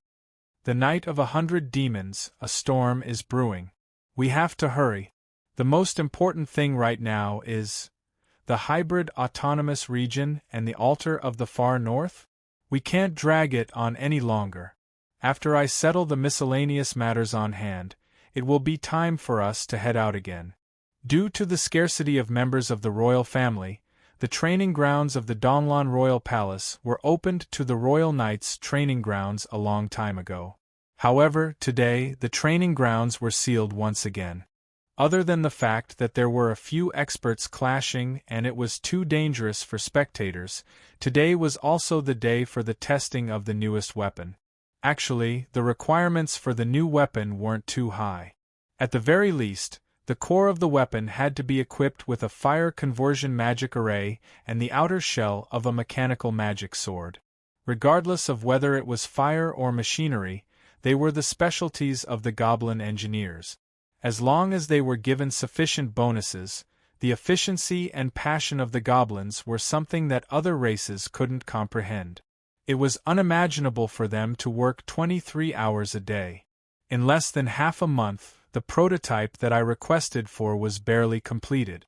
The crimson magic sword slashed down with a momentum that could topple mountains and overturn seas. Blinding flames covered the tip of the sword. Just the heat from the tip of the sword was enough to make one feel suffocated. The wooden rake in front of me was struck by the sword.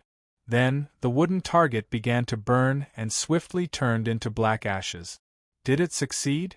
However, in the next second, the gemstone, vibrating egg, on the hilt of the sword flashed and extinguished. At the same time, the tip of the sword began to melt. A few seconds later, the melted portion began to spread and the entire sword heated up rapidly before turning into a puddle of molten iron. Did it fail again? It seems to be a little weak. However, the wielder of the sword looked at the sword hilt in his hand regretfully, as though he didn't feel anything at all towards the boiling molten iron dripping on his body. After all, the temperature that he had reached before was definitely not something that a small magic sword could achieve. Nonsense, how could it possibly withstand your full power? The reason why I asked you, a semi-god, to come here is to test its maximum output. How about it? Adam scratched his head. Bronze pinnacle. No, it can barely be considered as a lower silver. Obviously, to him, this level of firepower wasn't sufficient at all. However, his regretful words made the recording beside him burst into cheers of joy. This was already much better than what he had expected. Those present here were the top experts of the entire Donglan. The reason why I wanted them here wasn't just to observe the testing of the new weapon. So, since the magic sword and magic firearm have passed the initial test, let's start on the next step. We will use them as the core to create 2 new army types. In order to allow these new army types to truly step onto the stage of history, I have a decision. Valkyrie Basra, Adam, Old Ferdinand, Fade. The 4 of them were highly qualified great sword saints. Furthermore, they weren't just physical sword saints. Other than swordsmanship, they had their own specialties. At this moment, even if I didn't say anything, they would be able to guess some things. After all, I had already asked Basra for all the information on his Twilight Blade. Magic swordsman advancement? Yes, we will open up a path for everyone to walk on. At the very least, we must ensure that the path doesn't become a dead end after a certain point. Every job has its own skills and battle style that is most suitable for them. So, we have to create an advanced job that is suitable for these magic swordsmen. A type of advanced magic swordsman that is far more powerful than the useless arcane knight, an advanced magic swordsman between silver and gold rank, 4 elemental swordcaster. I am willing to be the first swordcaster. Chapter 135. It isn't rare to see advanced jobs in this world. On the contrary, almost every expert who reaches a certain level will choose the most suitable advanced job for them. To other experts, it is a necessary requirement to reach a certain level. However, in my system interface, there is a more direct view. LV60 Warrior / LV7 Weapon Master, LV60 Justice Knight / LV2 Adjudicator, LV60 Mage / LV1 Mage of Fortune. The former are basic jobs while the latter are advanced jobs. As a basic job, one has to go through 3 stages, namely iron, bronze and silver. Only by continuously grinding and maturing can one step into the advanced job. In reality, there isn't much difference between basic jobs. What they use are common skills and abilities. The main difference is still in their talent and basic attribute. Choosing an advanced job is also a choice for the future. They choose to specialize in something, which means that they are giving up on the others. After advancing to legend, they can even specialize in 1 or 2 abilities to crush everything else. For example, there is a certain Draken who is getting more and more Beifong. Recently, I can't even say his name. His normal job is Ranger and his advanced job is Beastmaster. In other words, after reaching Gold Rank Ranger, he basically gave up on his shooting, survival, trapping, tracking, dual blades and other common Ranger abilities to focus on controlling and taming beasts. When he reaches Legend rank and gathers that mysterious heart of universal love, he is able to bring his beast taming and pet controlling abilities to the extreme. It is said that in that battle on the sea, he actually managed to make the sea monster hesitate for a moment. If it wasn't for the constant cannon fire, he might have succeeded in taming it.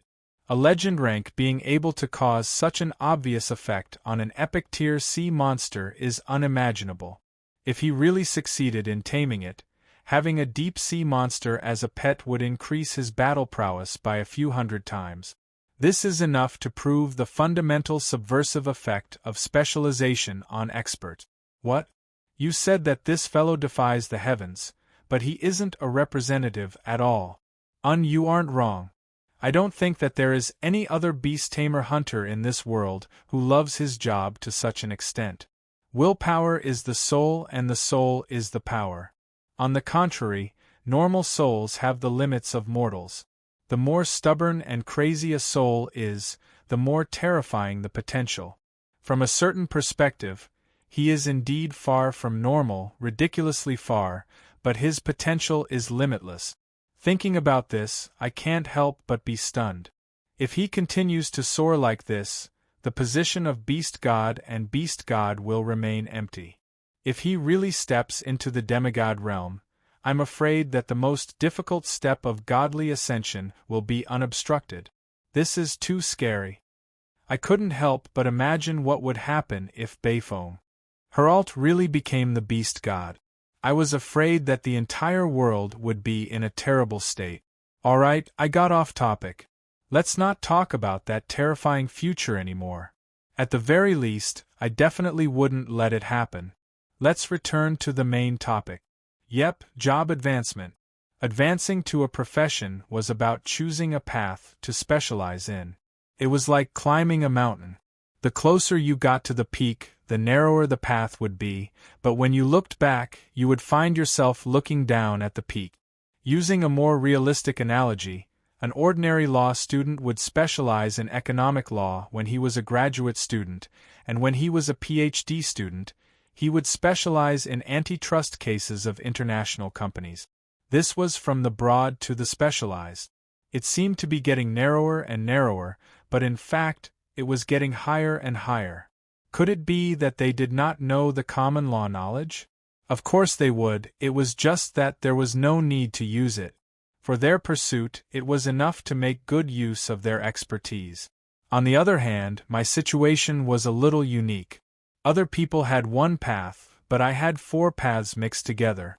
If I were to split my efforts to cultivate all of them, even if I were to tire myself to death, I wouldn't be able to obtain much in return. Thus, my path was like the rivers and the seas.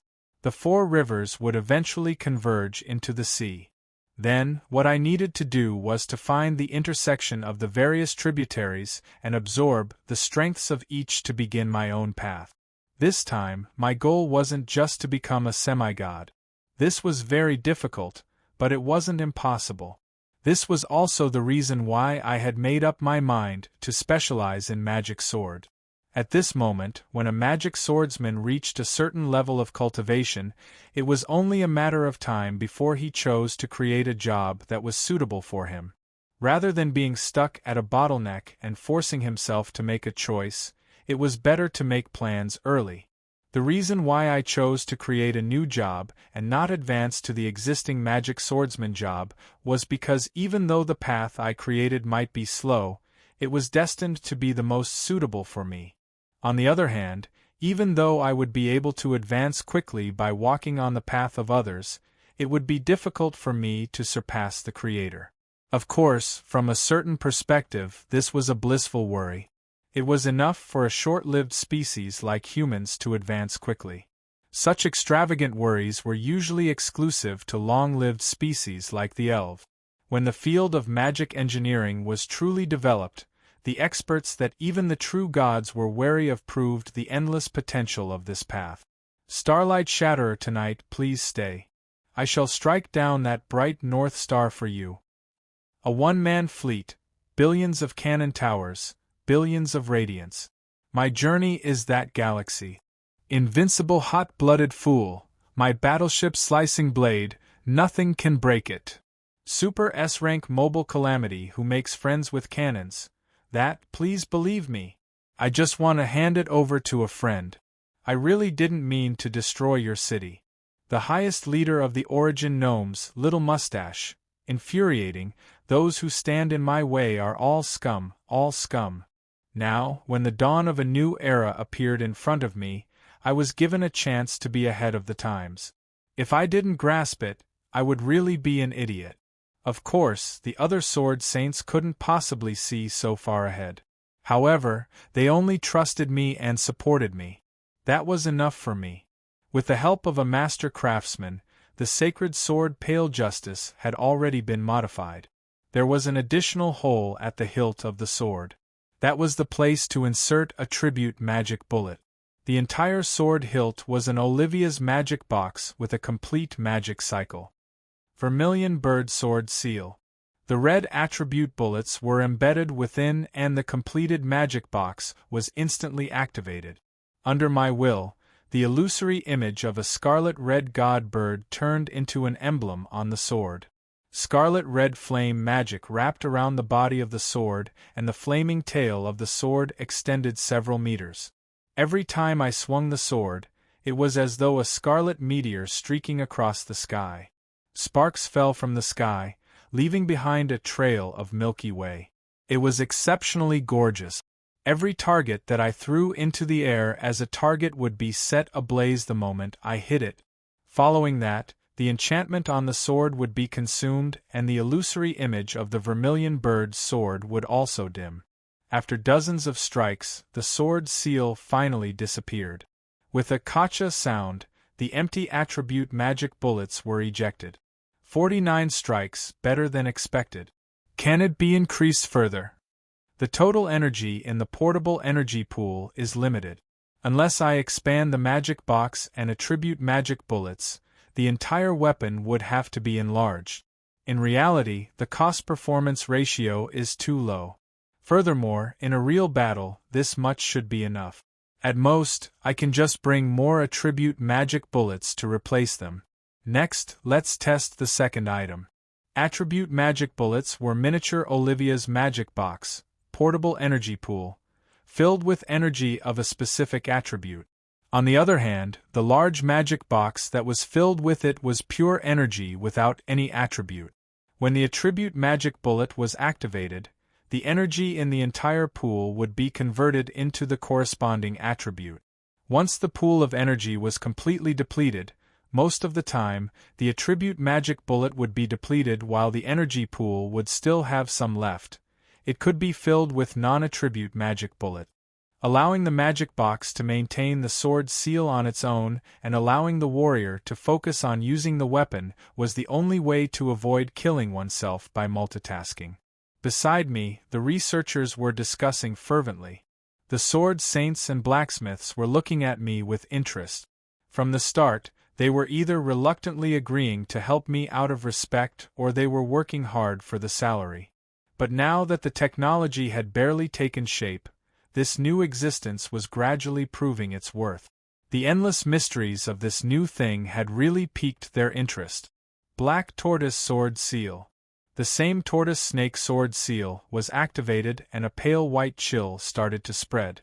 However, I was unmoved by it. Instead, I raised my sword and aimed it at the target that was more than 10 meters away and swung it with great force. Sword Seal Explosion. Along with the roar, the sword seal of the turtle and snake suddenly flashed, and what followed the swing of the sword was a snow-white arc. The speed of the snow-white arc wasn't fast.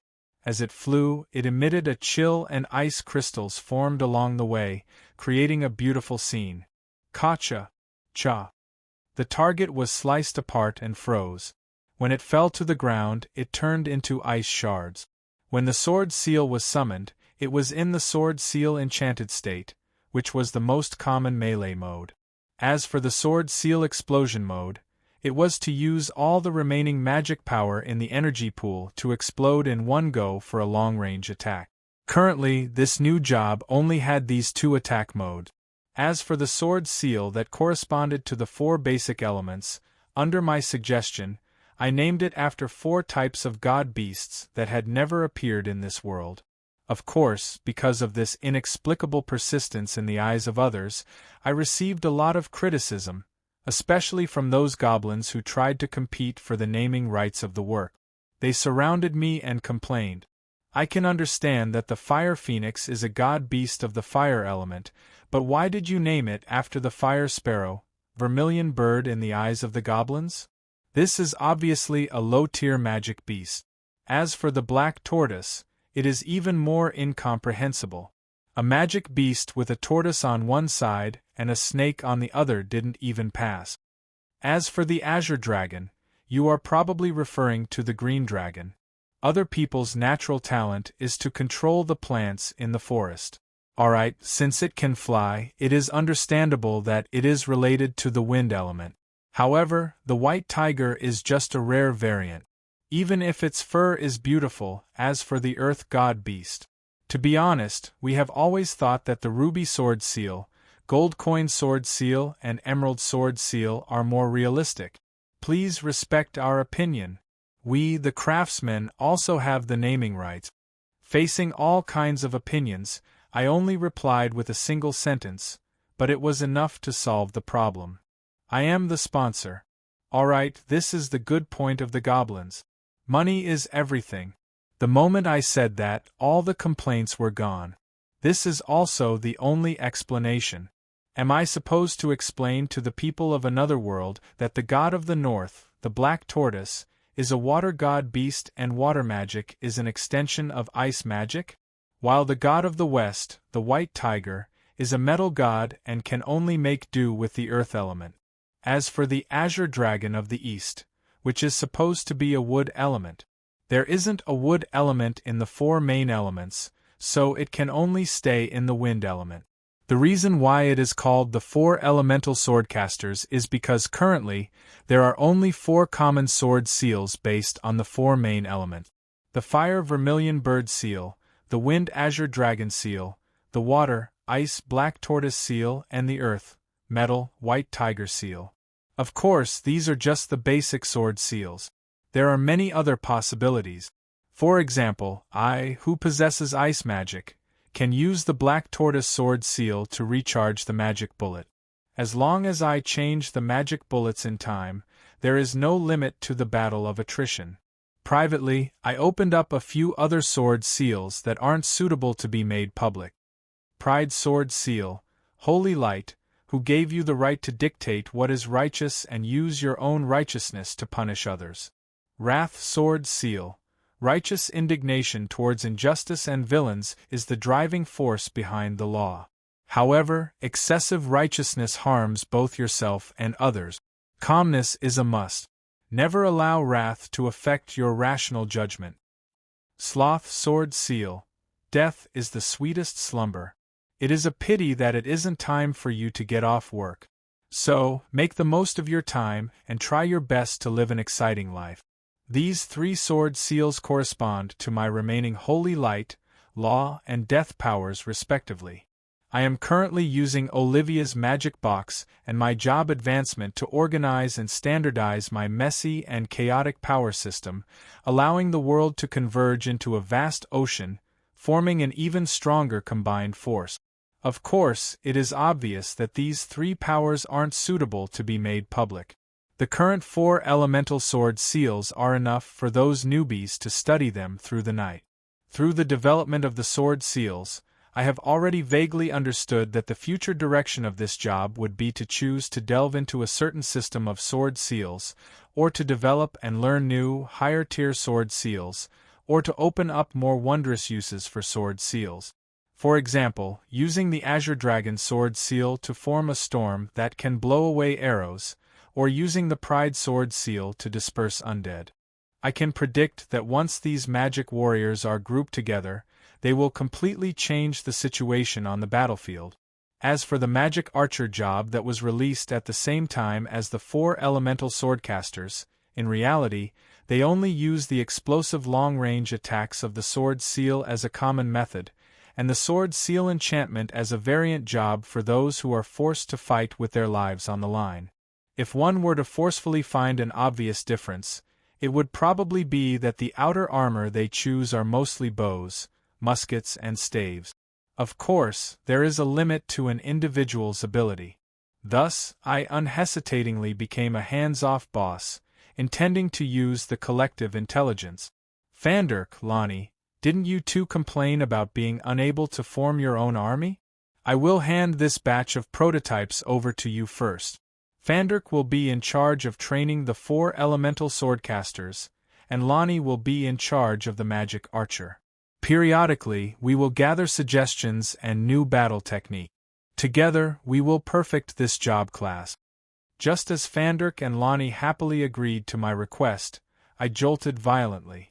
That familiar notification sound echoed in my ears once more. Ding. Congratulations, you have triggered an unranked quest. Lowest epic my struggle. Quest requirements. Do your best to perfect the abilities and techniques of the 4 elemental swordcasters. Open up new advanced job classes and build a new army. Let this brand new job system become the darling of the new era. Quest reward. Based on the completion of the quest, there is no upper limit. If you are able to unearth this job to the level of a semigod, the reward will also be at the level of a semigod. Reminder, due to the long duration of the quest, the reward will be triggered and released at irregular intervals. Quest failure penalty: none. However, this is your own path. If you were to fail, your path to the top would come to an end. Without sufficient strength, you would not be able to face the challenges of the expert. Your goals would turn into bubbles in the end. This is already the harshest penalty. System notification. Under your hard work, a brand new battle job class is about to step onto the stage of history. Magical engineering has been brought forward by at least 15 years. The karmic threads leading to the end of the world are already in a mess. All of the prophecies are destined to come to nothing. Well done, please continue to topple everything. Only then will your insane goals be realized. Furthermore, the massive amount of fate points that you will obtain will allow you to face any opponent, even if she is the legendary creator goddess. What else could be better than this solemn notification sound to prove that I am on the right path? Thus, I smiled gleefully. Fanderk, Lonnie, I will be depending on you too. Right, the name of the new army hasn't been decided yet. Why don't we call it? Please don't. Your naming will affect the morale of the army.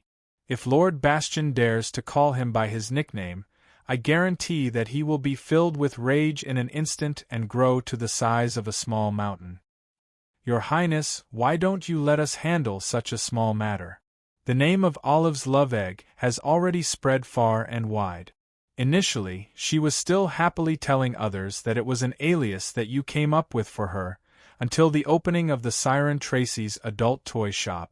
The depressed Olive hasn't stepped out of her house for 10 consecutive days. Everyone is trying to console her. Your talent in naming is too powerful. What if you can't recruit anyone after you name it? Yeah. If the name of the Night Hounds had replaced the Red Hunting Hounds back then, I'm afraid that no one would be able to survive. It is all thanks to Lord Bastion's desperate efforts. Cough, Roland, forget it. This time, the 4 spirits might be a little weird, but it is still acceptable. My opinion of you has changed a little. Everyone knows that your naming standard has been stuck at the level of a primary school student. If another little red, little white, little dog and so on were to pop out, the face that you managed to regain with great difficulty would be thrown away. Reconsider. All right, those few knight who have been following me are so agitated. Even Adam came out to join in on the commotion. However, why does that pained look on his face seem more and more like he is trying to stir up trouble? Looking at the agitated crowd surrounding me in an attempt to persuade me, I swallowed back the name that was at the tip of my tongue helplessly. Instead, I could only mutter under my breath. Obviously, the twin-headed Chihuahua army is not bad. It fits the theme and is cute. Since the first completed magic sword is a silver sacred sword, why don't we just call it the Silver Sword Army?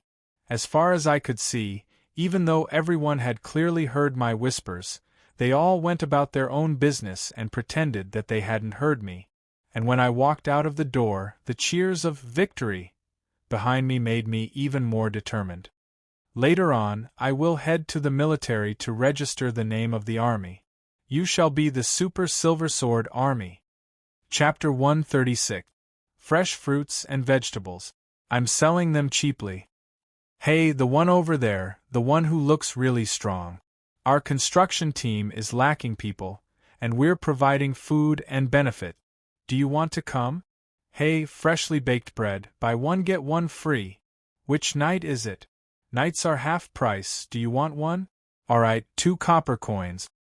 Tam, your family is back. That's great, it's great that you're back, it's great that you're back. Aren't you intending to leave this time? As I strolled through Donglan City, I saw the busy crowds, the caravans, and the various construction sites. I couldn't help but smile from the bottom of my heart. Rome wasn't built in a day. Even if a large amount of money was poured into the city, the current reconstruction project was still at the stage of cleaning up the old city areas. The supply of resources only slightly improved the citizens' living standard. In reality, the increase in living standards wasn't that great, but what made me happy was that the citizens' mental state was gradually improving. As the Donglan Principality traveled northward, it saw enough suffering and misfortune, and its mood became worse and worse. After encountering misfortune, people would always have bitter expressions, and their eyes would be filled with a numbness and blankness that made one's heart ache. I knew that when a person had no hope for the future, when they believed that their days would only get worse, no matter how strong that person was, their mental state would only get worse and worse. If they didn't even have a future, they would naturally become colder and colder towards others. The reason? It was probably because this country, which had suffered so many misfortunes, was about to face a new calamity. That year, the Mist Kingdom was destroyed, but they didn't fall.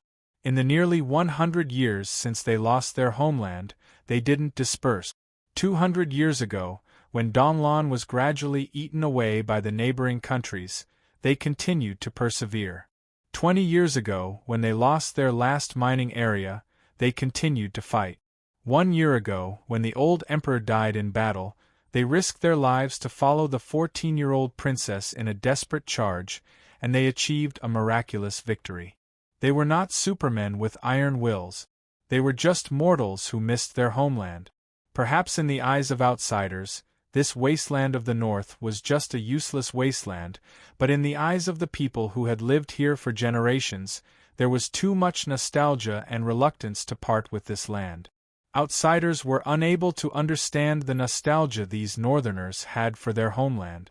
Perhaps they were as firm as the glaciers of the north, but because their roots were here, the stubborn souls of the northerners wished to protect the homeland that their ancestors had created.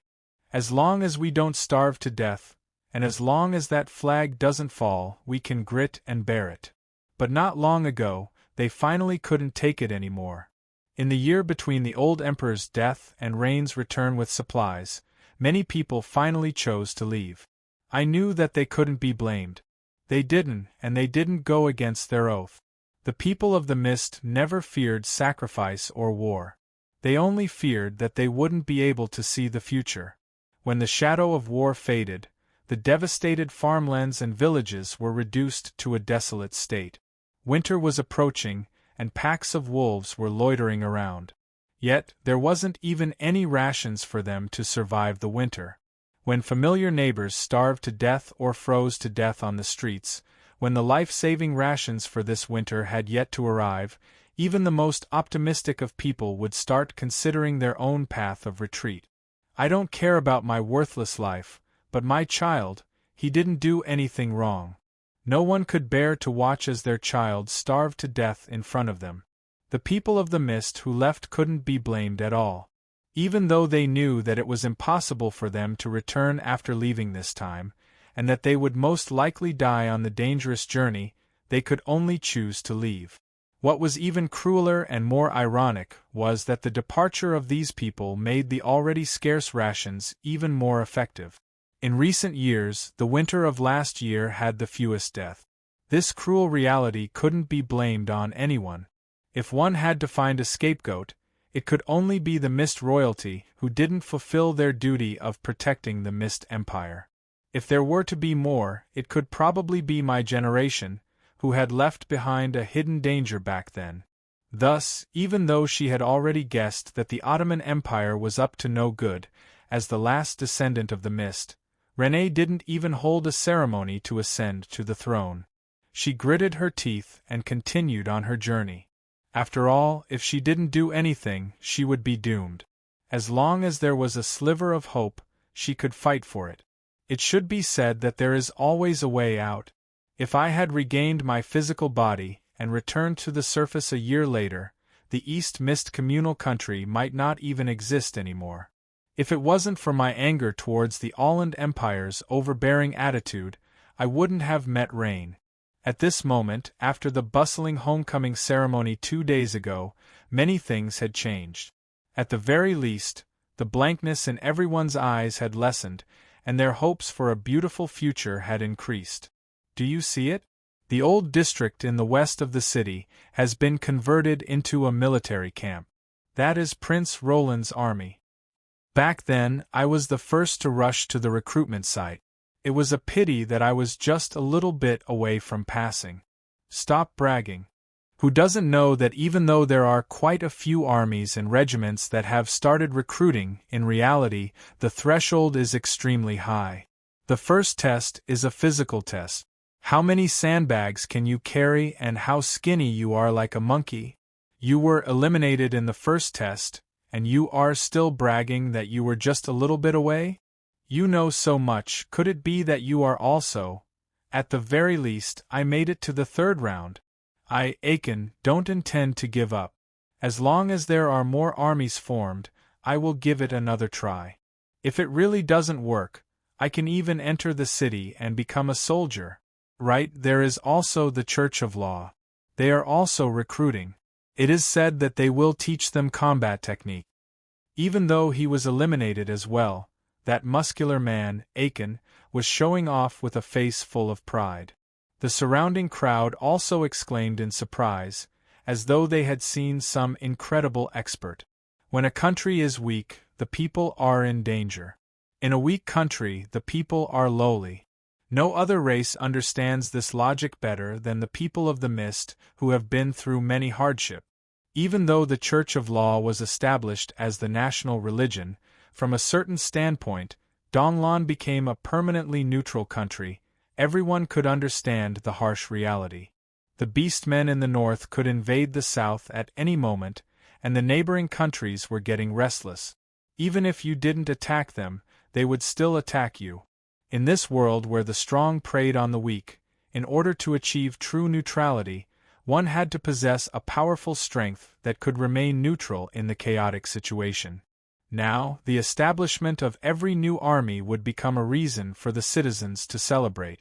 After all, this meant that the warriors protecting the country were becoming stronger, and the country was also becoming stronger. At the same time, these new armies could also provide sufficient opportunities for the youngsters to develop. Avalanche Defender, Eternal Wind Knight, one after another, legendary names and occupations jumped out from history. Those legendary heroic deeds attracted the attention of every youngster, and they looked forward to creating history with their own hands. In the past, even though they were enthusiastic about joining the army, it could only be said that they were just trying to make a living. But now, under the premise of protecting the country, they were striving for a future. The enthusiasm of the two couldn't be compared. When the citizens took pride in joining the army, it proved their confidence in the country. Of course, this confidence was in me, the legendary Saint Knight Prince Roland. But this wasn't the happiest news. The one that left the deepest impression was that the people of the mist had started to return to their homeland. When the news of the legendary Prince Roland returning to the Mist Country with his army spread, when their homeland regained its vitality, even though the situation was still uncertain, the people of the Mist still chose to return. Every day there would be caravans and individuals returning to their homes. Outside the city gate, there were all kinds of carriages and travelers waiting to enter the city. The streets were filled with people who were returning with hard work but happy expressions. "How is everyone? I'm finally back." "You're back? It's good that you're back, it's good that you're back." Responses rose one after another, and the returning travelers were filled with curiosity about every single change. Many of them pointed at the army's flag, and it wasn't uncommon for them to grab acquaintances and ask them about it. This was only the beginning. Currently, those who were able to return were the immigrants from the neighboring countries who hadn't traveled too far. As the news spread, the people of the Mist who had left the country in the past 20 to 30 years would start to consider whether they should return or not. When the Mist War flag was raised once more, the people of the Mist who had left the country would reunite once more. Not too far away from me, there was a group of returning travelers. Some of them were wearing thick cotton hats, while others were wearing light feather hat. Judging from their different attire, it was clear that they had returned from different countries. Originally, it was just a gathering of people who had just returned home to discuss their experiences in a foreign land. But in the end it turned into a gathering of grievances. Even if we were fortunate enough to not meet with any wild beasts or bandits and successfully complete the long journey, who would be willing to leave their homeland without being forced to their limit? Do you think it's good to live in a foreign land and speak an unfamiliar language? Do you think it's good to have the locals look at you as though you are a thief or a barbarian? The feeling of being isolated from the world when you open your eyes and see only foreigners and their language is so confusing that it makes you want to commit suicide. He was a young man, but judging from his dark eye bags and depressed face, his calloused hands and rough skin, he seemed to be an old man in his 40s or 50s. Due to the hard work and low spirits, he seemed to have aged beyond his actual age. When you are discriminated against and bullied because of your foreign accent, you don't even dare to argue. Who can understand that kind of indignation? In the midst of the arduous work of making a living, you spend the lonely nights in your homeland alone. You miss your homeland and your family and friends so much that you can't sleep at night. Who can understand that kind of feeling where your heart is torn apart? And as long as you show it, you will be an even more obvious anomaly. This middle-aged man who was in the prime of his life and should have been the most capable of fighting was just average. As he spoke, he recalled those past events and got so angry that he slammed his wine cup on the wooden table. It wasn't easy for me to make new friends, but when I was chatting I accidentally said, "Donglan? Oh, I know, it's the barbarian tribe that is about to be destroyed. Are you the legendary barbarian princess?" The people around him all laughed. In order not to be isolated, even though he was so angry that he wanted to fight with the other party, he could only try his best to smile and pretend that he didn't care. It's too suffocating, too uncomfortable. The girl who was filled with righteous indignation also said so. From her angry appearance, it seemed that she had also suffered a lot of grievances. After the complaints, there was an inexplicable silence. Everyone suffered a lot. After the silence, someone took the lead to raise his wine cup and face the west of the city, where the military camp was. "Thank you, Princess, for supporting this flag for so many years. At least, we are back, and there is still a place for us to return to under this flag. So, everyone be happy. For the beautiful life in the future, cheers." Even though the burden of life had broken his waist, the young man's heart hadn't died yet. He was still looking forward to a beautiful tomorrow. "Thank you, the returning Prince Roland, for giving us a reason to return. No matter what happens in the future, at least I can die in the land of my ancestors." Perhaps we just need a reason to return home. The middle-aged man was much more practical, but his resolve to sacrifice himself made one feel exceptionally heavy and sorrowful. Thank you, even though it was words of gratitude, the more the toast went on, the sadder it became. Thus, someone couldn't bear to watch it any longer. Hey, don't speak as though you are about to be executed. You didn't see it during the homecoming ceremony that day. His Highness Roland's army is extremely powerful. Those undead knights are elites who have been through hundreds of battles over the past 300 years. They are the heroic spirits of our mist country. With them as the core to build a new army, we will definitely be invincible. Our country will only grow stronger, and our days will only get better. The one who suddenly interrupted was Aiken, who was bragging about how he overcame all the obstacles but unfortunately failed to be selected. At this moment, he took the initiative to walk over. You guys are thinking too much. You guys don't know how powerful our new guardian is. That Dragon Knight's bone dragon is so huge, even bigger than the city walls. Do you know who he is?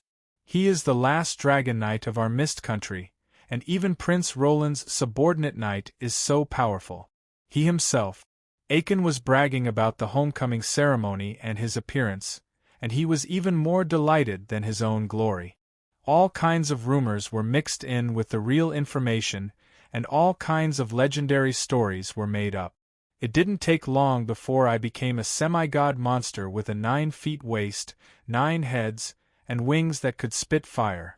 The returning travelers were curious about what had happened in the past few days. Even though Aiken's words were obviously boastful and nonsensical, they still got more and more excited.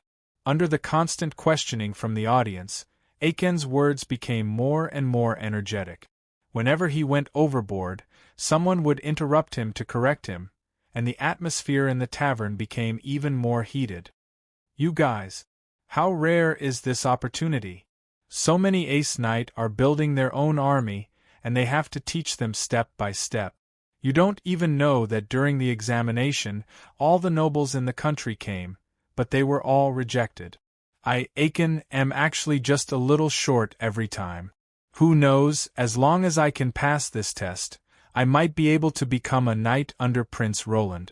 That wouldn't just be my personal glory, it would also be the glory of the next few generations of my Eddie's family. If I were to hear this news, my dead father would probably crawl up in joy. Go away, you have already failed so many times, and you still have the cheek to brag. I think there's no hope for you.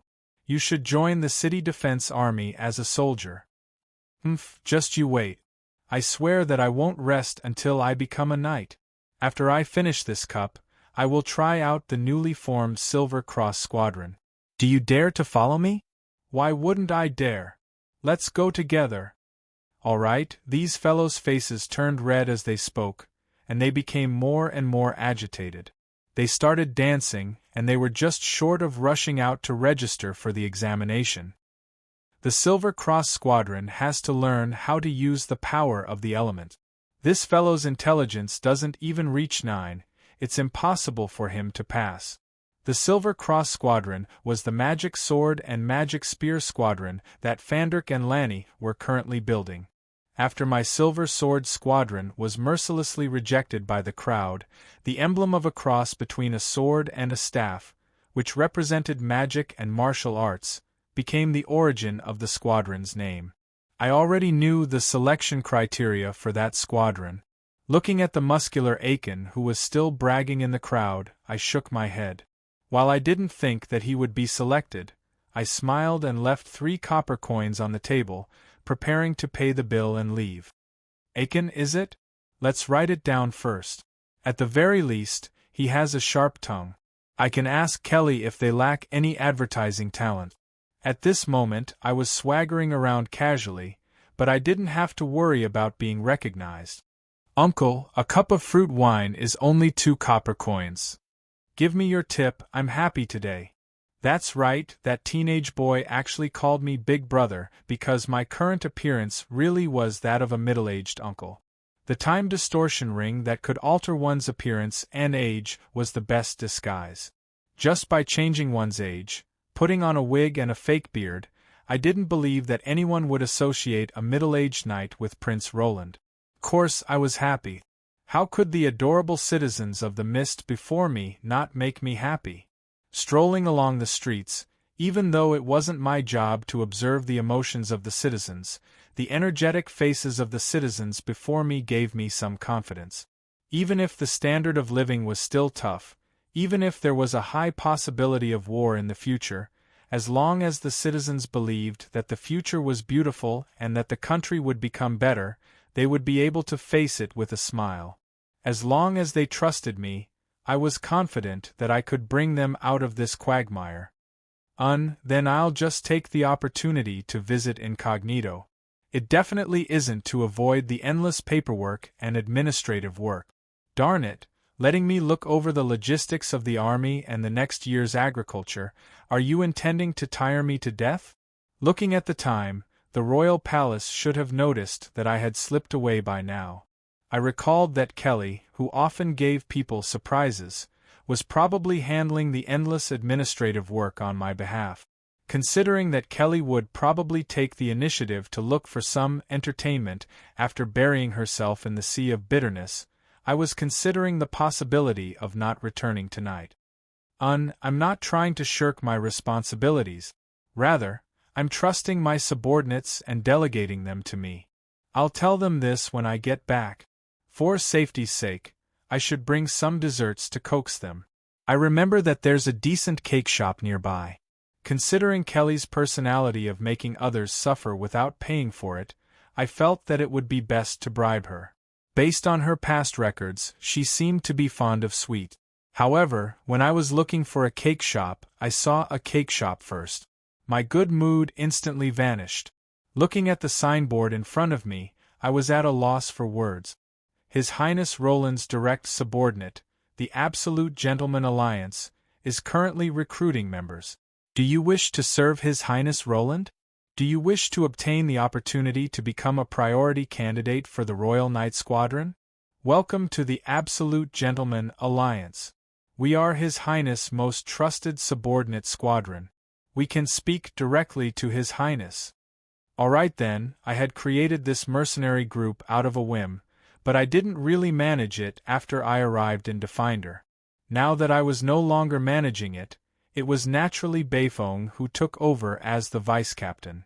Looking at the mercenary group's headquarters on the third floor and the number of people coming and going, it was obvious that this mysterious organization had been strengthened.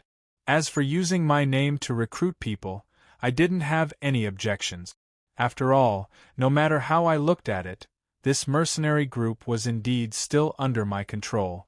However, what I was worried about was still, as long as you can prove that you are also an absolute gentleman who understands true love, you can also directly become one of us without going through any tests. I didn't even know how to comment on this recruitment notice.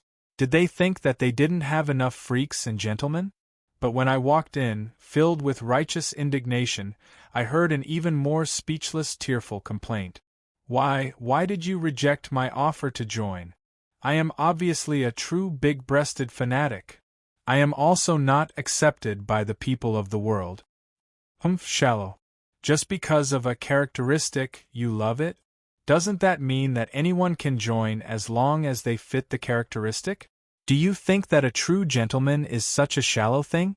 Your understanding of true love is too shallow. Momo's furious rebuke reverberated through the corridor, but I felt the urge to turn around and run. This is what I have heard. All appearances are fabricated. If all appearances are not true, then you will see the Tathagata. Young man, you are bewitched. A true gentleman loves the beauty within the false outer shell. We have abandoned the illusory image to reach the truth. Yet, you have lost your original heart for that characteristic, thus falling into a disadvantageous position.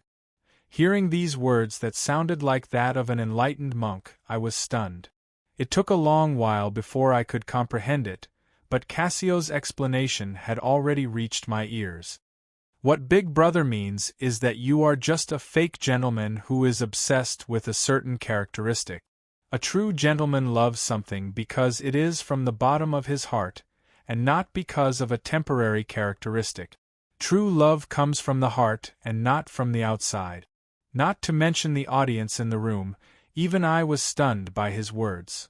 In the midst of love and desire, man comes and goes alone, lives and dies alone, and has no one to replace him.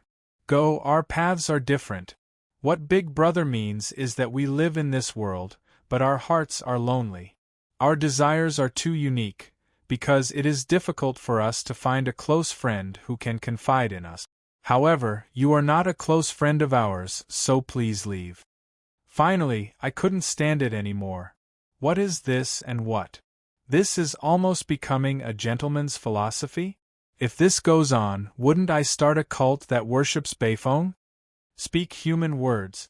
However, the moment I rushed in with a furious roar, I immediately regretted it.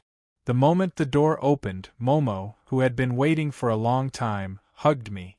Hee little Rolo, I knew that you were outside. I have been waiting for you for a long time. While I was resisting the dark elf knight, I could still hear the infuriating explanation from the other side. All that exists is like a dream, an illusion, a bubble and a shadow. Like dew and lightning, this is how one should view it. Good, our path is not lonely. What Big Brother means is that, look at that Momo, she doesn't even need to use her eyes. Just by relying on her intuition, she can see through all illusions and know that the middle-aged man is her favorite Shota. This is what a gentleman should be. Wait a minute. Big Sister Momo's favorite Shota, isn't that Prince Roland? Hurry up and run. What Big Brother means is, hurry up and run. All right, looking at these guilty gentlemen scattering like birds and beasts, there is no longer any possibility for me to kill them all.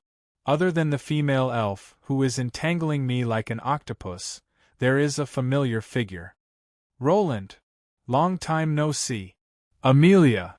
All laws are born from fate, and all laws are destroyed by fate. Prince Roland, this female elf has been following fate for a long time, and you have been guided here by fate. Great. What Big Brother means is that you are in deep trouble. This time, Cassio's explanation was finally interrupted. Shut up. Shut up.